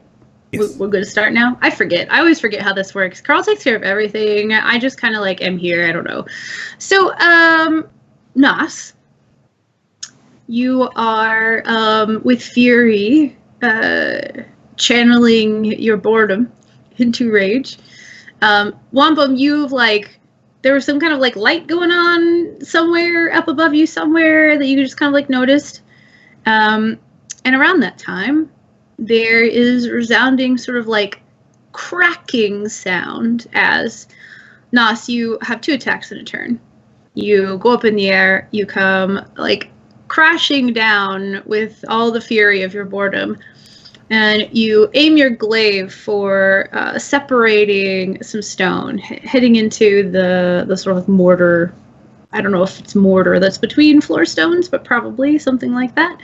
And you make your initial sort of attack, and you can feel the glaive slide in between these stones, and you reel back and go for the second one. And as you do that, you can see the stones around where you're attacking start to sort of crack and give way as you separate the bonds holding this general area together. And now everyone who's inside can sort of hear this cracking and crumbling of stone sounds after what was very clearly a striking sound that kind of echoed across the walls in this sort of cavernous area.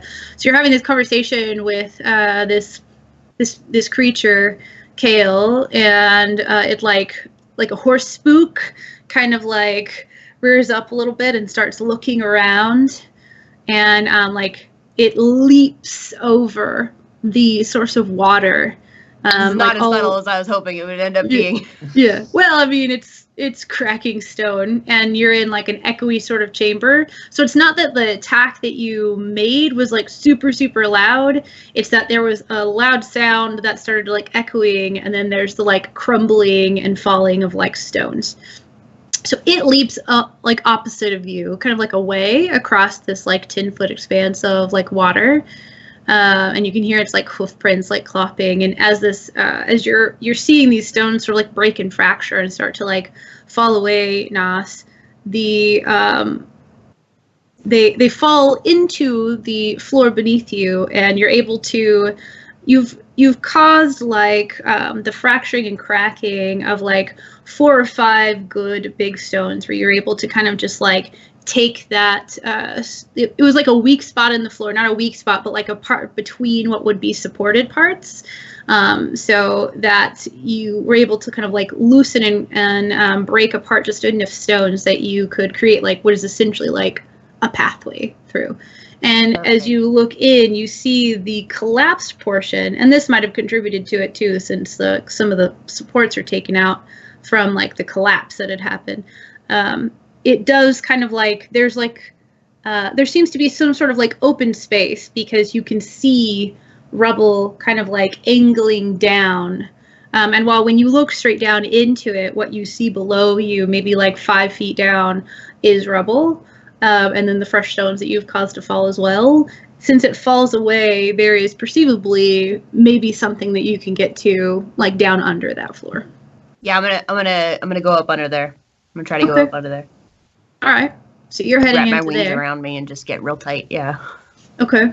It's not super small. It's not like you have to like squeeze through necessarily, but like looking down in after your like initial attack as you come back and you're like flying, you just don't see anything yet. But yeah, you'll have to kind of like pull them in. What are Kaelin, Wampum, and Lefcadio doing after the sound of like stones like falling away? Like maybe there's some sort of like additional collapse or something going on. And there was a flash of light. I'm going to assume that it was Nos playing around. I'm gonna start laughing, and I'm gonna go up the steps on the other side of the ring. Okay. So Wampum's heading up. I don't know. Would probably freak out. Okay, Like that's the fine. horse thing. You don't have to have a plan. Just giving you the opportunity. So, I mean, You'd be okay. looking to see like what's going on. Like I just see rocks falling and everybody's about to die. no, you hear the sound of like the breaking and splintering of stone, and you can hear like stones falling, but it's like echoing in at you. You're in like a stone tunnel essentially, and so any sound that occurs is amplified. So you're hearing the like echoing like stones that cracked and then the echo of that and then the breaking and falling and the echo of that. So it's not like you see things coming down to like crush you all to bits. It's like you can tell that something's falling somewhere. Okay. Yeah, Kill will just run after the unicorn. Okay. So you're all kind of heading that direction. I'm following Kale. Okay. Kazan is out. Yeah. You're outside looking around. We talked about what you were doing. So you fold your wings in a bit, Nos, and you start to like go down in and kind of like scoot your way down. And what's happening is you can see like this rubble. Obviously, like there was like part of the wall that fell away on the side, and it kind of like spilled out, and it took probably like the supports that were in this sort of like area out. And so the way that the collapse happened was from one of the sides of the room. If everything follows the sort of like same suit, they're like these long, sort of like narrowish, like corridors behind these hallways. Some were turned into libraries, some were turned into living quarters. So the sides of one of this room collapsed, and like things kind of like came in from the side. So you're able to like make your way down the like slope of this debris, and like there are a couple of like looser bits still. A lot of it is like large chunks of like wall stone and things like that, and just like big pieces of like stone from the side of the mountain. There's a lot of dirt as well, but it's kind of like under that. And there's basically like a third of this room left. You can see that this probably was one of the more like library-esque type areas. There are the big stone bookshelves that are built into the back wall. Where in the other room there had been like debris that seems to represent several like tables and chairs that you would see at like a library where people could go and take a book and sit down. This one seems to have it's less humid in here, probably because it was a bit sealed off. So there's like a really, really old wooden desk that is more what you would see of like a writing desk that somebody would sit down at, and there are like drawers on the side or like cubbies on the side of it, and it's a little bit less like worn away over time. Probably, like I said, because it was like sealed off. And the rubble has spread over almost the full length of the room, but there is this sort of like exposed back part where you're able to like encounter these sort of things that are still there. Can I see anything on the ground that's like a circle of arcane gobbledygook? You don't see anything like that from what you're able to see right now, but you know that the collapse, the way that it's like come in sideways, the opposite side of the room is where this occurred, and so most of what's in the central portion of the room on, and even little like probably like 60% of the room from the edge that you can see on, is just debris on the ground. So there's potential for things to be maybe under there, but you would have to like actively move all that stuff out of the way. Now it's not like buried up to the ceiling because it's like a sideways slope, but it would take some time. But you could start trying to like angel mode, like move the dirt and the big stones and stuff out of the way and start trying to like clear off bits of the floor and see what might be under there. I'll actually pull out Iron Fang, the war pick, and use that a little bit to try to make the job faster. Okay. But Is that the one I'll try to be ahead. smart about it. Yeah, Okay. it's totally evil. Yeah, but I'm not attached to it. I'm not attuned to it. So.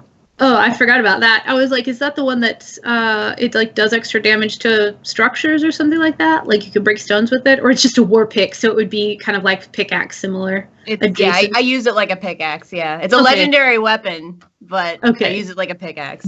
All right, perfect. I love it. I mean, hey, what? They're magical. It's not like it's gonna break. So I'm just yeah. looking for any signs that there's a sigil down there, that there's a teleportation symbol down there. So if I get the edge of it, then I'll stop. All right, perfect. So anyone like heading upstairs, you will. So you take out this like improvised pickaxe, and you start to like using it to like move aside and break apart some of the larger stones that would be difficult to just kind of like move out of the way. And so you're like making these like swift motions that are causing like bits of it to like flake off to where it gets to be small enough that you can move it like easily out of the way and stuff like that. And there's a lot of dirt and like smaller like stone debris and stuff like that too.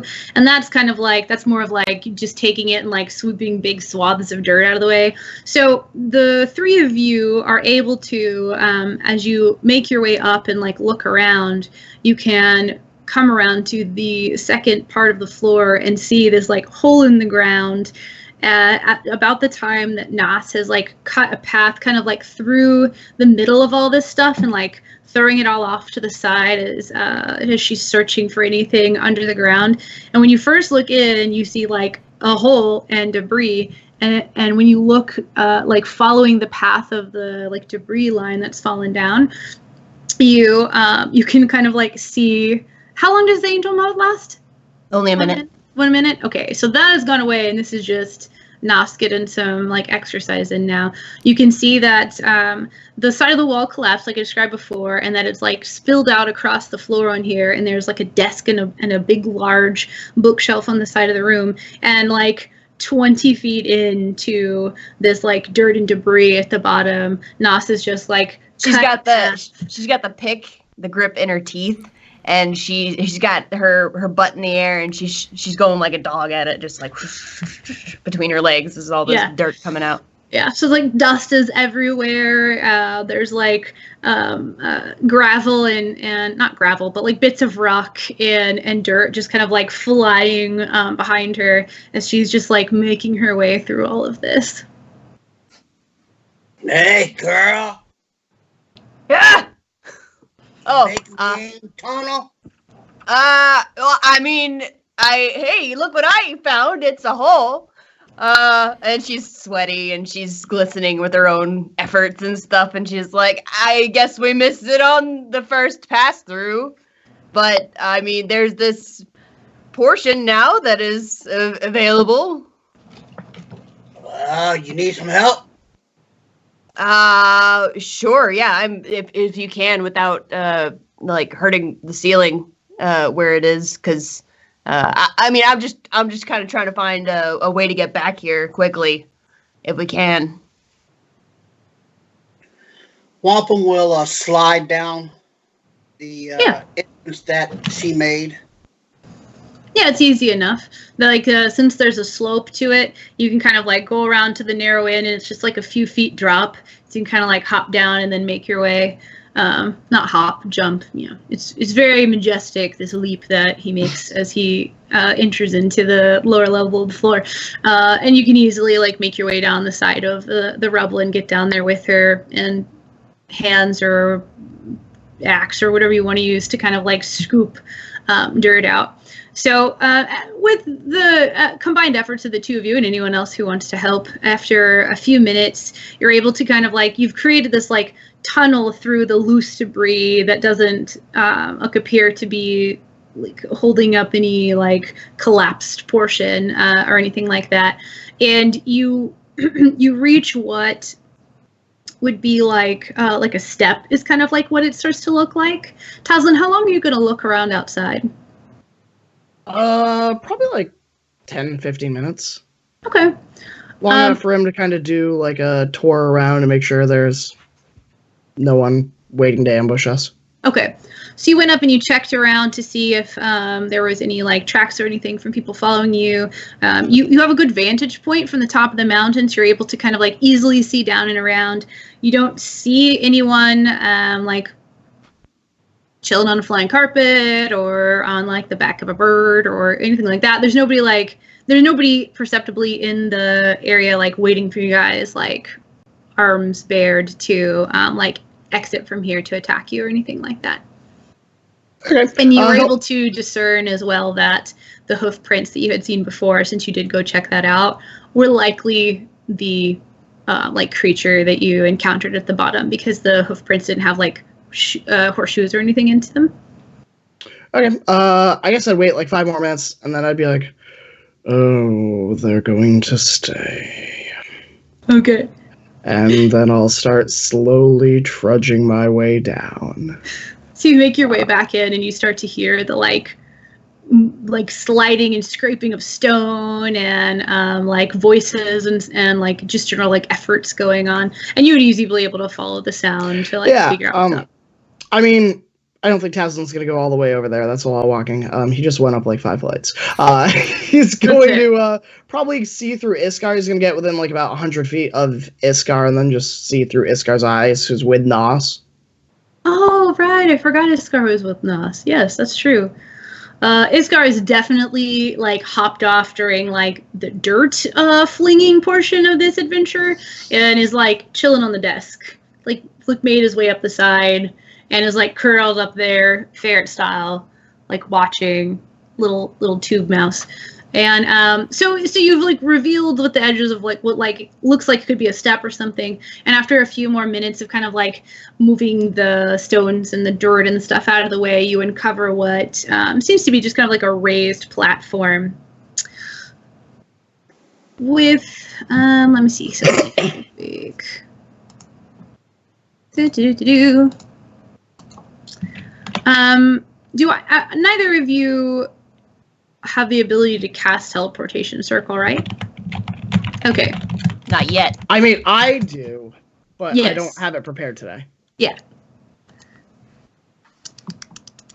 Let's see here. Oh, and I know, I mean, I could prepare, what's it called? Mm-hmm. Plane shift can do it. Like, if you know teleportation circle sigil on another plane, you could go to that with plane shift. Yeah. So, but you guys have used teleportation circles enough to know that like they all look a little different. And you've heard the casters say things about like sigil sequences or something like that. So they don't all have to look the same, but there's definitely like stone here that has like etchings into it. It looks like not writing you can read. So it's probably something interesting, if not what you're looking for. But everyone who can cast magic is not made their way down as far as I know, so. I'll look at Nos. This be what you looking for? Yeah, I think so. Well, at least it could be the edge of it. But that means that we need to clear this whole portion out before we can leave. And, well, Wampum will look at it. Well, we've come this far. And he'll start singing and start digging. Yeah, I guess so. Yep. So even if everybody else still chills up and lets you guys do all the work, then between like Warpick and Harris and just like the combined efforts of two very like physically inclined people, it probably only takes maybe like another like half an hour or so to move all of the big stones out of the way, break the ones that are too big to move all the dirt, move all the gravel, et cetera, to where you have cleared off this like circular area that seems to have like it's only like a slight raise, like maybe an inch or two, that has all of these like patterns etched into it and like lines running through it and different things like that. And the rest of you from above and you through Iskar's eyes, Taslin, are able to kind of see this. And it definitely looks like the sort of structure that people would use to travel on. So what's Kale been up to for like half an hour? Yeah. So you already chased after the unicorn. Oh, that's right. You were going after the unicorn. I'm sorry. Yeah. I thought you meant follow it like it ran that way and that's the way you know to go up. So you were just like indicating you were following the same way. So so what it did was at first it was like initially just like that sort of like spooked like horse run sort of thing. So it like leapt over the water and ran into the unexplored room that you all had encountered on the other side. And it stayed in that sort of bottom floor for an area. There's like foliage over the sort of like archway that you cross into, and there was a room in there, and it's unclear what the purpose of this room might have been exactly. There were several like columns up the center of it. These look like similarly elegantly designed to the ones that were like at the beginning. And there is a portion of the floor that had fallen away in that particular room, but it doesn't seem to have revealed anything interesting. It just looks like maybe the earth shifted under this place after it was built. And so when this bit of the floor fell away, there was like a bit of a sinkhole or something. And it stayed in there for a while, like just kind of being at ill at ease. Are you trying to calm it, or are you just waiting to see what it does? Yeah, I would have just tried to calm it down, sort of, and then Sylvan. Well, so he would have waited until it got somewhere safe, I guess, and then said in Sylvan, stay safe, keep preserving the library, I'll send people to help fix it as soon as I can, and then he would leave Okay. to go find out what the fuck is happening. Okay, so it like you're talking to it and you can see that it's kind of like it's reacting to the words that you're saying. Whether or not it like fully processes what you are communicating or not is difficult to say because it's really agitated right now. But when you start to leave, it starts to follow you. So as you make your way up, like looking around to see what's going on, following the sounds, then you find that it just kind of like follows you as you make your way up, and like it stops at the edge of this area when you like see this hole in the ground and like Lefkadio chilling at the top there. Or wait, did you? So now, because I misunderstood Lefkadio, would you have been with Kale or did you follow Wampum? I followed Kale. Okay, so nobody was watching, and that makes a lot more sense as to why nobody else went down to help. My Except bad. for Iskar. Iskar is watching, so Taslin knows what's up. Yep. So you all, Taslin's just invisible in the hallway. yeah. So you would arrive then, Kale, after you were able to kind of like cease the horse from being like extremely agitated, and it and Lefkadio are following you up as you're following the sounds. You arrive and are able to look down in and see Wampum and Nas like having like halfway through cleared, like there's a hole in the floor, there's a room you couldn't get to before, they've like halfway cleared through this like tunnel and like empty space in the middle of the room, and it's pretty far away from you because they're like 40-ish or it's a 40-foot ceilings, like it was like 30-ish to 40-foot ceilings, and it's like kind of like at the middle of the room, and you're kind of more like off to the side a bit, but it looks like they've cleared out some sort of area that looks interesting. Okay. First reaction, what the fuck are you doing? Ah! Like he walks up, he sees a hole being made, and he's like, what is happening right now? What are you doing? Making a hole.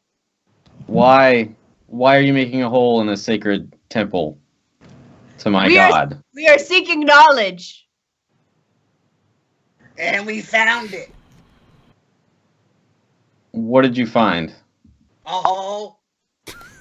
Come on down. Come on down. Check it out. Are you holding Iron Fang right now? I'm not like vibing with it or anything. It's just being a pick right now. No, it's always being an ancient evil artifact that you're profaning the ground of my temple with. Kale, before you pass judgment, please come down and see what we've done. Okay. Kale goes into the hole. Teleportation. That was great. By the way, Nas and Wampa, if you don't already have DM inspiration, you definitely do now.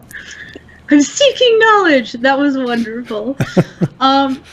And yeah, you can easily kind of like go down and like make your way down the side of the rubble of Kadia. You can as well. The creature doesn't follow you. It's kind of like pacing back and forth at the top, and you can hear the like clops of the hooves on the ground, like slowly making its way back and forth. And when you get to the bottom,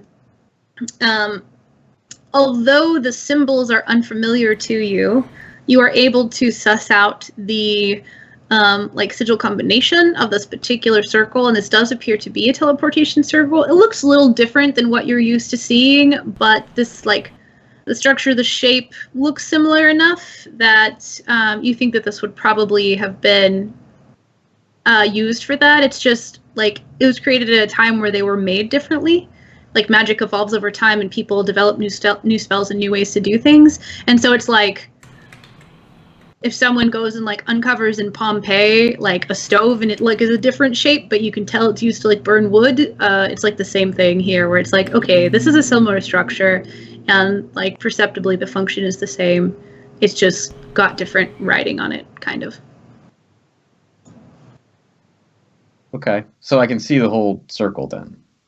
Yeah, well, they've cleared out most of it. Like, you arrived and they had, like, Nas had cut a path through the middle and had, like, reached the edge of something that seemed interesting. Wampum arrived and they've, like, shifted the safe rocks and dirt and debris away from, like half of it. Like, they basically, like, there was, like, the direct tunnel that was cut through the debris, and now they've, like, moved stuff away from like part of the circle. So it's not completely uncovered, but the bits of it that you can see, like that's what it looks like to you.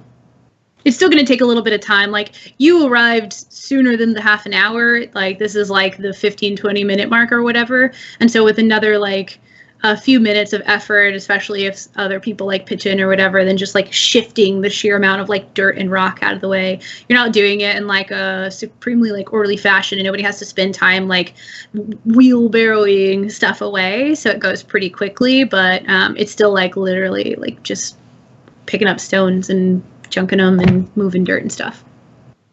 Okay. So first kill will just kind of, without saying anything, he'll get his notebook out and he'll copy down the sigil for the circle, the sigil circle cycle, cyclical sigil sequence for the teleportation. And as we're digging, Wampum will occasionally take a handful of dust and dirt and kind of like throw it over his shoulder at Kale's way. So you're standing there and you're, or like kneeling or whatever, and you're writing in your book, and you just like feel that like dusty like bit hit you.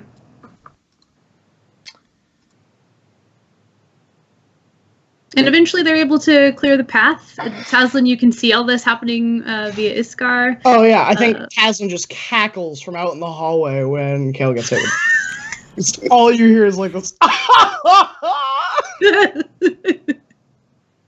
Yeah, Tazlin's like chilling a couple floors up. Just like laying on the ground and watching and laughing. Yeah. Yeah. That's my picture. Okay. So, Kadia, what are you doing while they're doing all this? Playing some music? Yeah, looking down. So he's Looking like, down. yep, that's Gotcha. a hole. Yep. Cool. All right. Yeah. So eventually you're able to clear it off, and it looks like that's what it would be used for. I mean, Kel would have almost immediately after seeing the teleportation circle, as he's writing the sigils down, he would say without looking at Nos to her,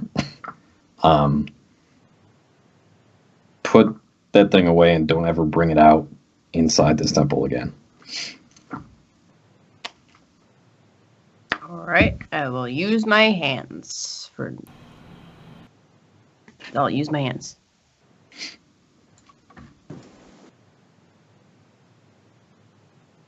Okay. Goes a little bit more slowly that way, but you still get the job done. two very capable individuals, especially with Wampum, like giving pointers as you go of like how to move it, what to move, which ones not to move, or if you have to move one that looks like it might be like holding a bit of the like debris wall back, then like how to move it while moving other things around it to keep like the collapse from coming back in down. Like if Wampum weren't there, probably would have been more slow going, and if you hadn't gleaned all the knowledge you had from him over the years of like spending time, or I don't know how long you guys have spent together actually, but all the time you spent together. I am a capable smith on my own. Oh, okay.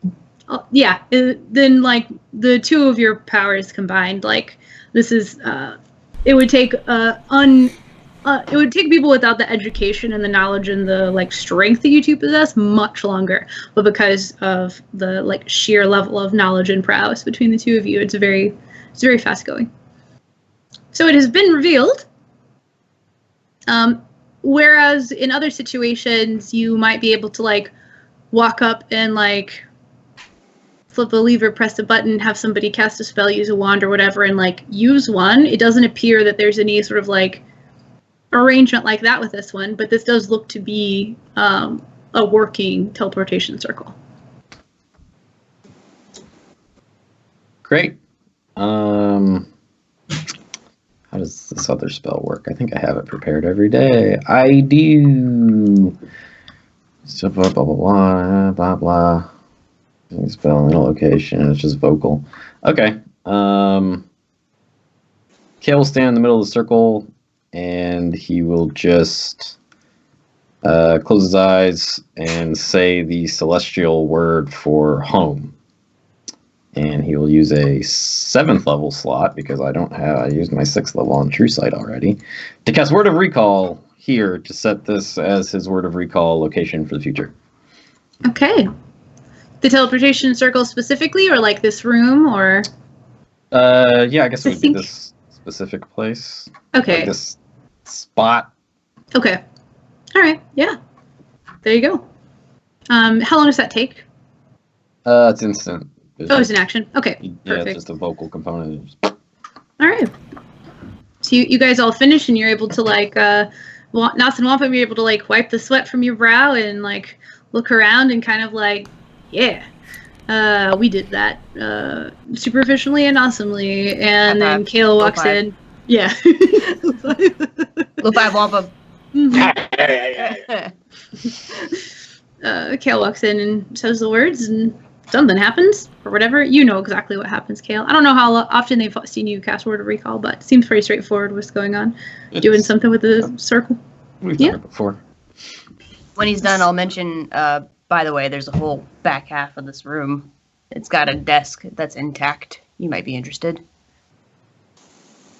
Thank you. I'll go check that out now. Okay.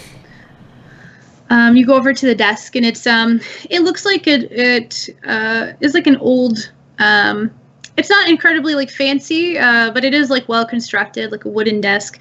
There's like one drawer on the bottom, and there are several like cubbies that are kind of like under it, and then there's that sort of like not like Rolodesk style, but there's where you would normally house like an inkwell and writing utensils. There's like spaces for all that, even though there doesn't seem to be like anything functional that's there, anything that has been like left behind or what have you.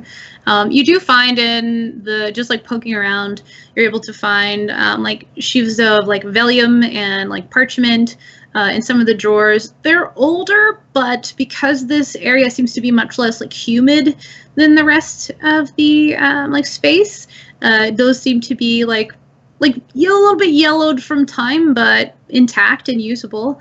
And there is like one rolled up piece of paper, in not like sealed or anything like that. It looks like there's like a square cubby that something got rolled up and put in there. And if you pull that out and look at it, it looks to be like there's one intact piece of paper that looks to be like it would have been like holy text, and then the other one is like partially done, like somebody was working on like hand transcribing like a line from one of the like books of Denier and like Study in Faith or whatever, like how monks used to like sit and hand copy over the new copies of the text. It looks like somebody had been like working on that, and that's one of the things that kind of like got left behind and withstood the test of time in that little cubby. Okay. Cool. I'll pocket that, I guess. Okay. But if there's nothing else going on in the room, I will leave. Nos.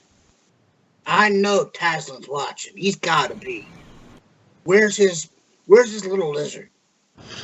No, I think it's a ferret right now. Iskar, are you here? Iskar, skedaddle. Get out of there. The jig is up. Jesus. So Iskar had been like curled up, like tube mouse ferret style, like on the desk, like watching and kind of like being lazy. And you're like, "Where's Iskar?" And Kale's over at the desk, and it's like, and like jumps off the side and starts like worm scampering away, like up the side of the debris. Yeah. All right, Taslin, get your magical ass down here. That's like 3 stories down. I'm not going to do that. Lazy son of a... Do you think Kale's mad at me? Nah. Okay. So Kale Well, walked I- back out from that room. Oh, sorry. I think it's kind of funny. Good. I'm happy you found joy in these circumstances. All right. Well, I guess let's get out of here. We got what we needed. Around that time, Kale will walk out of the room and he'll just say Taslin's name, assuming he's around somewhere. Just be like, "Hey, Taslin." Yes. Can you talk through Iskar? No. So, I'm just yelling really loud because I can Okay. hear. The disembodied All right. echo down the halls. Yeah. Yes. All right. Continue. I'm just making Could you sure. come take a look at this, please? Iskar will scamper back down, climb up on top of Nas's shoulder, and look at it. Could you Hearing come and take a look at this, please? Dead silence, and then I'm going to walk as slow as I feasibly can down there. And you know what? I'm gonna jump down. Is it like a ledge down the hole, or is it like a little drop? It's like a little drop because the collapse had occurred from like the side. Basically, this hole that was revealed in the floor, this pathway, it overlooks the slope, so it's only a few feet. If you were to go over to like the highest point on your side, you could literally like sit down and put your feet down. The only person who had to jump down was Wampum. Okay. Yeah, so I'll clamber down my way into this wretched hole, and ta-da! I'm here. Do you think it's possible to configure this teleportation circle to work in a similar fashion to the way the Harper's network works? That sounds like an Arcana check to me. Sure does. Sure does sound like an Arcana check. Is anyone going to assist me? No. Okay. Well, You just good asked thing, you. 'cause that's a 26. All right. Looks like a teleportation circle to you. You are like a learned individual. You are several hundred years older than everyone else here, and you've studied things like this over time, and you can see very like clearly that this was constructed quite some time ago. It's older than you for sure. It's basically kind of like the older model one. It's not that it won't work. It's just that most teleportation circles are meant to be like a point you connect to. And so with the Harper network, they have them set up where somebody is casting that spell for you. It's not like the thing works of its own volition. They have like somebody there on standby to make sure they can send people where they need to go. So it's just a matter of like you needing to have like the spell prepared to use it, unless I'm like mistaking the way. Well, I think I have to study it for a minute, which is what I would have done with Iskar. Yeah. And then once I've studied it, as long as I know the sigil, I could cast it Yes, exactly. and exactly. get people there. Yeah, for sure. Yeah, I would draw my own sigil to like connect to it, like with chalk, Mhm. which is the ingredient. Okay. Do you yeah. There you go. do you know the teleportation spell, Taslim? How do you remember when we went to Luskin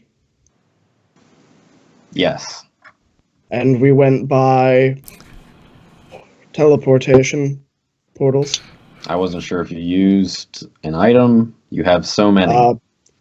Oh yes, so many that work and aren't cursed these days. Yes, I can get people here if need be, and it will work as if I was doing it on any other portal, as far as I understand. I'd simply use the ingredients and regents, draw my own circle, cast the spell, and it would link it, send people through. Good to know. Do you think that you could teach that spell perhaps to someone else, if necessary? For you, Kale, I would be happy to. I know how much it means to you. Anything that you two don't have, Fortune Boon Hall will. What will? Fortune Boon Hall in Westgate, where we're going. Oh. Eventually. Eventually. The Yes. whole clergy of Timora's job is to aid adventurers in their tasks. To these ends, Fortune Boon Hall has a ginormous library of scrolls that they just dole out to adventurers who prove that they're ready for adventure. I see. I'm going to take out my spellbook and transcribe the sigil Okay. into it so I don't forget, because I think that's something Taslim would probably forget the minute he stops caring about it. And so he's going to sketch that down. Yes, I don't mind teaching it to anyone who we hope to hire or procure into coming here. Okay. So we're Great. done. For now, you're done, I suppose. Thank you both for clearing this area out. I appreciate your hard work. You're welcome. I'm going to go and brush the dirt off Kale that got thrown off him by Wampum. You've got dirt on you. Okay, just don't. I'll take care of it. Don't fucking just.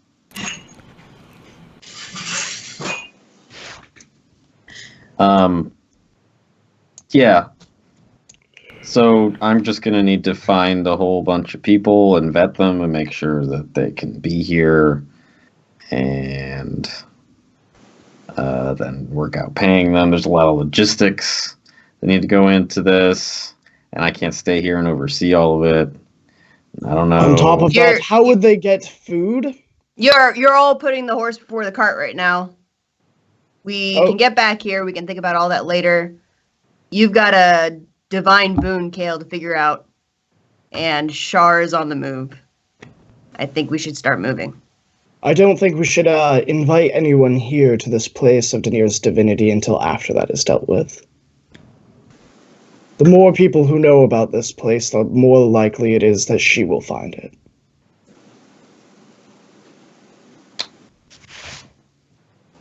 Okay. Do I have this prepared today? Do. You're all right. We should go. And Kale's gonna climb out of the hole and go to the horsey, the stabby Yes. horse. It's been like pacing above. Periodically, if anyone was watching, you would see like it go to the side and like look in, and then like pace back and forth a little bit. Every once in a while, just snoot. Yeah. And he would say the things to it in Sylvan I said before, basically like, hey, thank you for preserving this place. Continue to do so to the best of your ability. I will send people to come restore it as soon as I can. And you've spent good deal of time with horses. You own one, even like if it's not with you right now. And it had been kind of like pacing. You came up and you start talking to it, and it's still like moderately I should say like mildly like agitated. There's like nervous energy to it, but it definitely doesn't look like it's like panicking or anything anymore. And you're talking about like, we'll be back, we'll fix it later. And it like comes over and it does the like nuzzle thing where it like kind of like if you have your hand out, then it'll like rub its like head like on your hand kind of thing, but if you don't, it'll just kind of like come and nuzzle you. Great. We'll just kind of like pat it on the side of the head. Great. Wonderful. Glad you like that. Okay. He'll, I don't know, just grab the carpet and say the word and whip it out. He's gonna whip it out. Whip it out. All right. So on the carpets, you guys are, where are you heading? Back to the city? The Get back idea to was to Loudwater. get back to Loudwater and then use the teleportation to potentially get to either Luskan or Waterdeep, which will potentially teleport us to Baldur's Gate so that we can begin the voyage by river to the Dragon Coast. Okay. If I may, if we do know that the spell for teleporting places, and we know the teleportation sigil for Loudwater, how about we just use that? You're absolutely right. Hey, Tazlin. Mm-hmm. I assume you heard that just now. So that means you do your I- magical thing, wizard. Oh, I heard it, and no can do. Why? You see, it involves certain regents that I don't have that cost gold. And last time, when I was much poorer than I am now, I wasted the materials to get us to Luskan and back. If you remember, we had that boat that we lent out, Mhm. and I never restocked on it. I don't think they were asking for a boat. Well, the long story short is I don't have the materials to cast a spell, and thus forth I can't cast a spell. Okay. Well, what else? What else do we got? Which? Kayla, you can cast that spell, can't you? I mean, you're impressive. I could send us to another plane tomorrow, and then back to this plane right after that, provided we don't wind up somewhere where I wouldn't be able to cast a spell on another plane. But we would have to wait till tomorrow to do that sort of thing. So we could just stay here for the night if that's what you want to do. It would likely be faster, but then I'd be I'd be mildly exhausted for the rest of the day tomorrow after doing all of that because it's a lot of magical energy expenditure. But sure, it could be done. Well, I'm not going to tell you how to spend your energies. And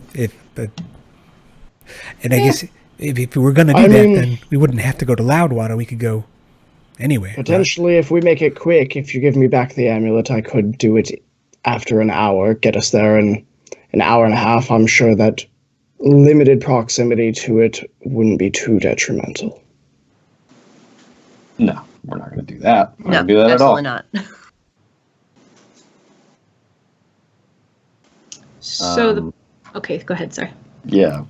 So would everybody like to travel as far as we can towards somewhere today, or just wait? We could just wait here and just stay here, and then in the morning I can teleport us to pretty much anywhere, I suppose, on the material plane. I would like to move a little bit. Well, I mean, if we stay here, we can clean up the place a bit. And then tomorrow morning, Bob's your uncle. Pop in somewhere else. It does take 10 days, like more than one by river, to get to the Dragon Coast. So that would be a benefit to get there quicker. Okay. Target destiny in general terms. Yeah. We could, yeah, we'll just wait here until tomorrow. Let's just do that. All right. Well, Kale, this is your place, so to speak. How can I be helpful? What do you want me to do while we're waiting? I think we've done enough for today. Whatever progress the 5 of us can make is going to be paltry compared to, what an entire team of Masons would probably be able to do. Says you. We just cleared like one of the most massive destroyed parts. Me and Wampum can do some work.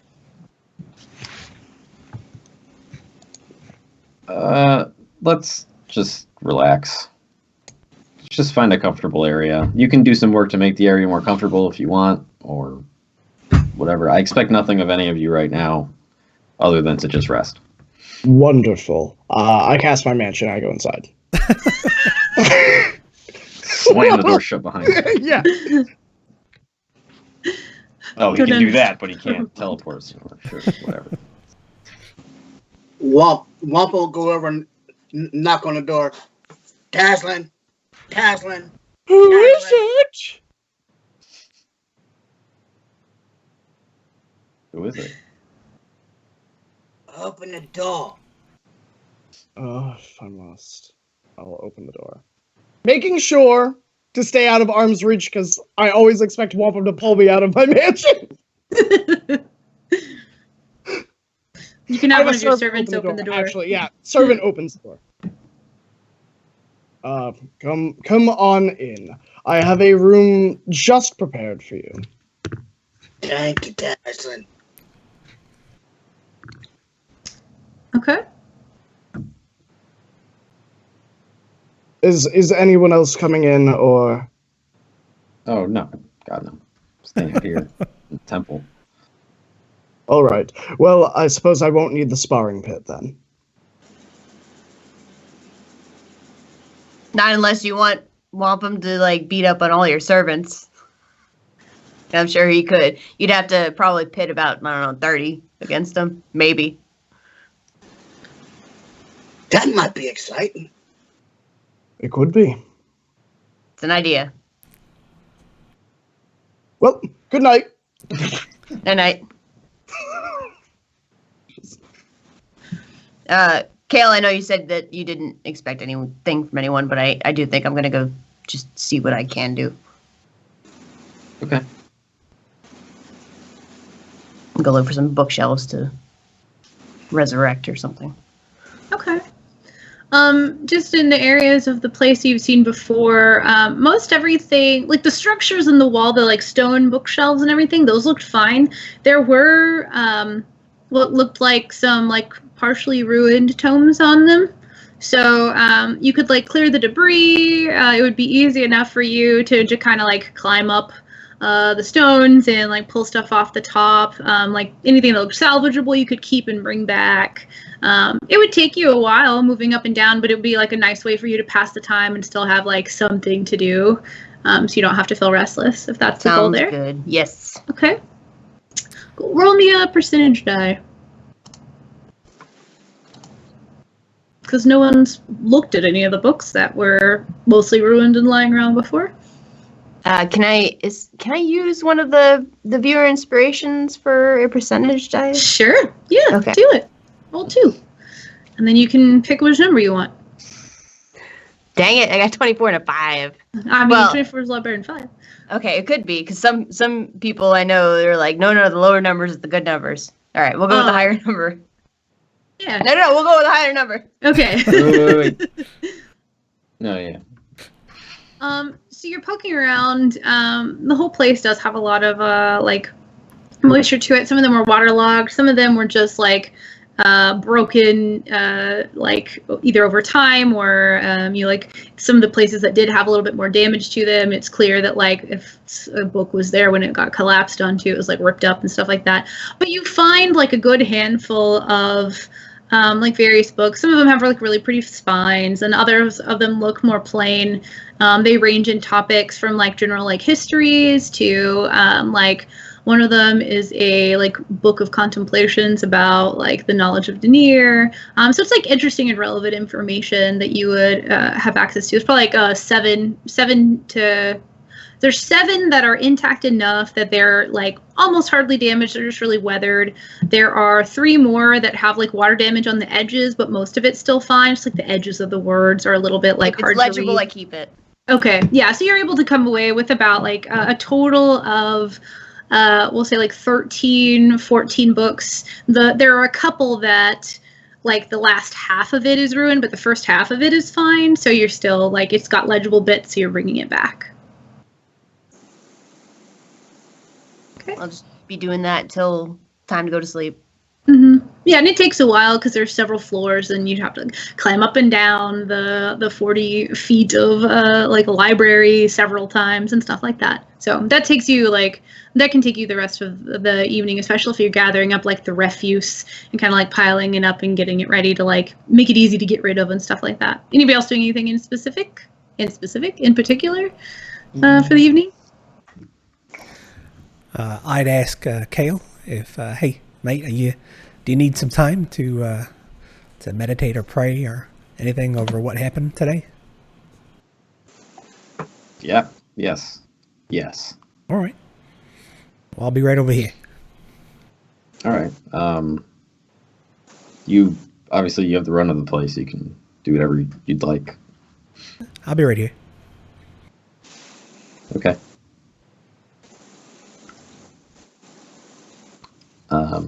Kill will at one point cast a sending spell. Okay. I do not remember what that looks like.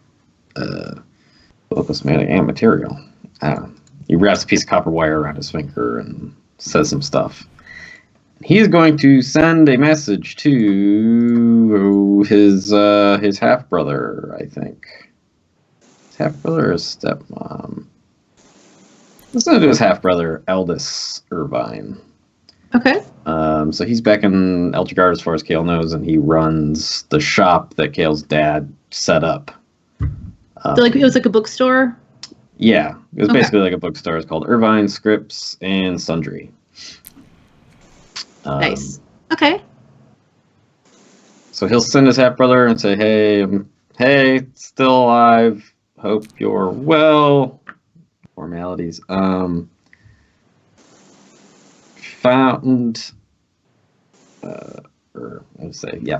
the lost Temple of Denier. And then he'll say, where is it? I mean, he'll name it, I guess, like highest peak in, whatever, Great Peak, is that where you are at? Great Peak. Great Peak Mountains, approximately 3 days from or east of wherever the hell we were, Loudwater.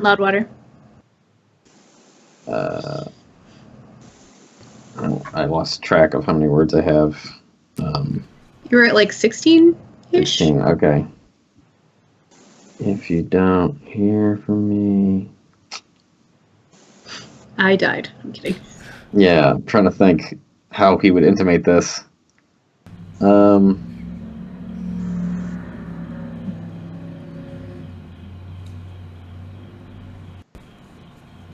I don't know. Keep in mind in case I'm gone. I don't have that many words left. Okay. So it's like getting on into like the evening after like the day's events and travel and such so forth, whatever, and such. And you do get a response after a few moments that's like, well, tell me about your relationship with your half brother. He's always had kind of like they met obviously a few times, and Kale went to visit them now and again, but they were never like really close. They always had, I would describe their relationship as more cordial than anything else. Okay. Yeah. Glad you're well. Interesting find. I'll keep it in mind. Do you know how long you'll be gone?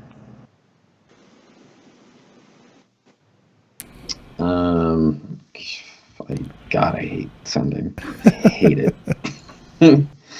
He'll send a reply, I guess, so I can have more words. Wait 1 month for message. If not received,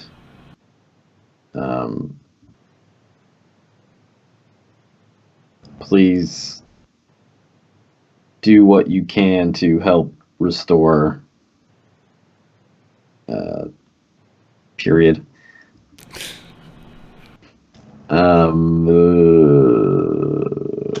I trust you.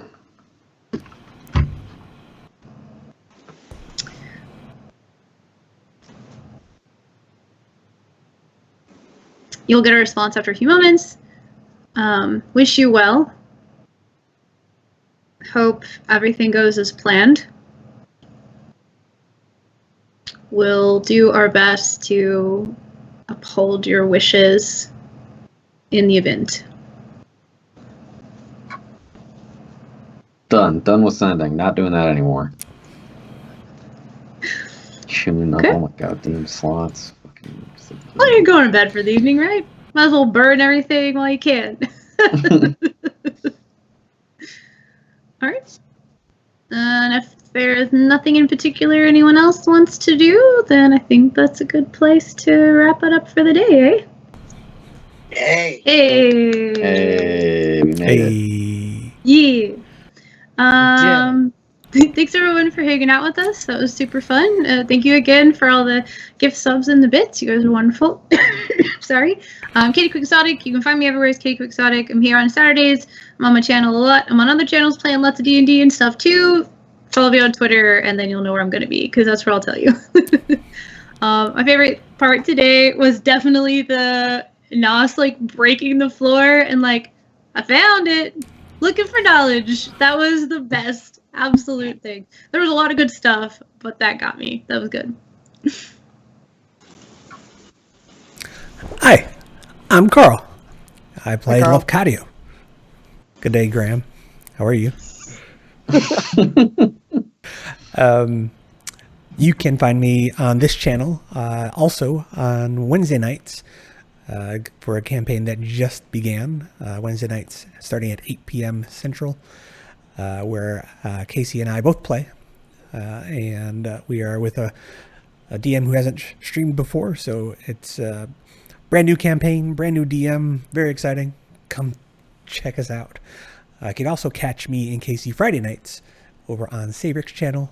That is at 7 Central, where we're in a Planescape campaign. And my favorite part was similarly the when Kale wandered over to the hole and was, what the fuck's going on? And then the explanation that followed. We found the hole, etc., etc. Yeah. I'm Vinny. I play Killer Vine. He's a half elf. He's a cleric of Denir.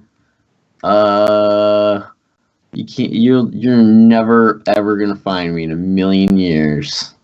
I'm in a bunker. Is it underground? Is it underwater? Nobody knows. I could be on the moon. Probably not, because I got pretty good internet, and they don't have that there. It costs a lot to run fiber all the way out there. It's like miles and miles. And more miles. Anyway, my favorite part, I mean, yeah, just that whole situation with the hole. I mean, I love that part a lot. I liked the whole first half and the difficult to kind of explain situation we were in with like this whole like big faith-based, scenario with the lights and the things. It was making me think of the people that see things. Synesthesia, that thing. People that see sounds. Mm-hmm. It was making me think of that kind of, and it just seemed very, it was really trippy in my head, so that was fun. And now I'm done talking.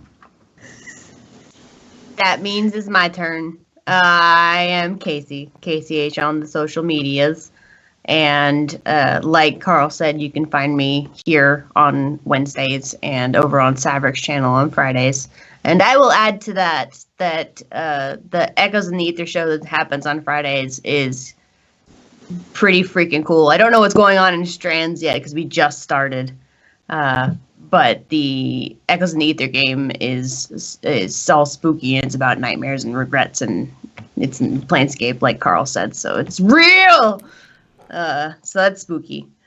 And then I will say that one of my favorite parts that I will highlight for the evening was Katie, nice fucking callback to the meta text and real Forgotten Realms lore. That was very, very satisfying and super cool, because knowing what I do, knowing what Casey does, is like, were we inside of the meta text?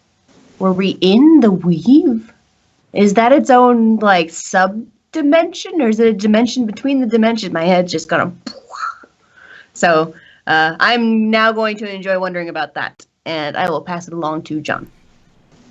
Hey guys, I am John, the old man of the group. I am the dwarf from Marabar, master of the axe, enemy of the drowned, traveler of the plains, destroyer of shadow, deliverer of certain dwarven death. I am the Wampum Thunderbelly. My most favorite part was it's the whole thing, but when Nos went angel and the eyes glassed over, I can picture all that and a grin coming across her face as she dives into the floor. Just that little, this is going to be fun. Give me something to hurt! All right, Mr. You know who you are. Go. I do. Hi, everybody. My name is Graham, or Graham Crackers. I play a character on this game, believe it or not. His name, I think, is Tazlin Evrio, and he's a Shatterkai wizard, necromancer. He's level 15, and he really likes long walks on the page. You can find me here every Saturday, believe it or not. Funny, crazy, you know. And you can find me other places somewhere, probably on the Discord. I'm pretty active there. And you can find me maybe on my own channel sometimes when I choose to stream,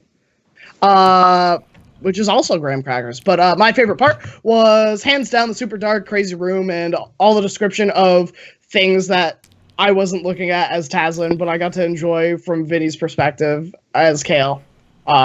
It was beautiful. I could just like lay back and I'm like, yeah, I've been there. Oh, yay. Yeah, that was my first spot. I'm glad. Woohoo. Thank you again, everyone, for hanging out with us. It was super fun. Do we have a raid set up by any chance? If everyone stays tuned till after the credits, we will be raiding the Wandering DM, who is playing D&D. Ooh, fun stuff. Thank you everyone again for hanging out with us. We'll see you next Saturday, I think, unless anything crazy happens, in which case we'll probably tweet about it or something. Thanks, everybody. Bye. Bye.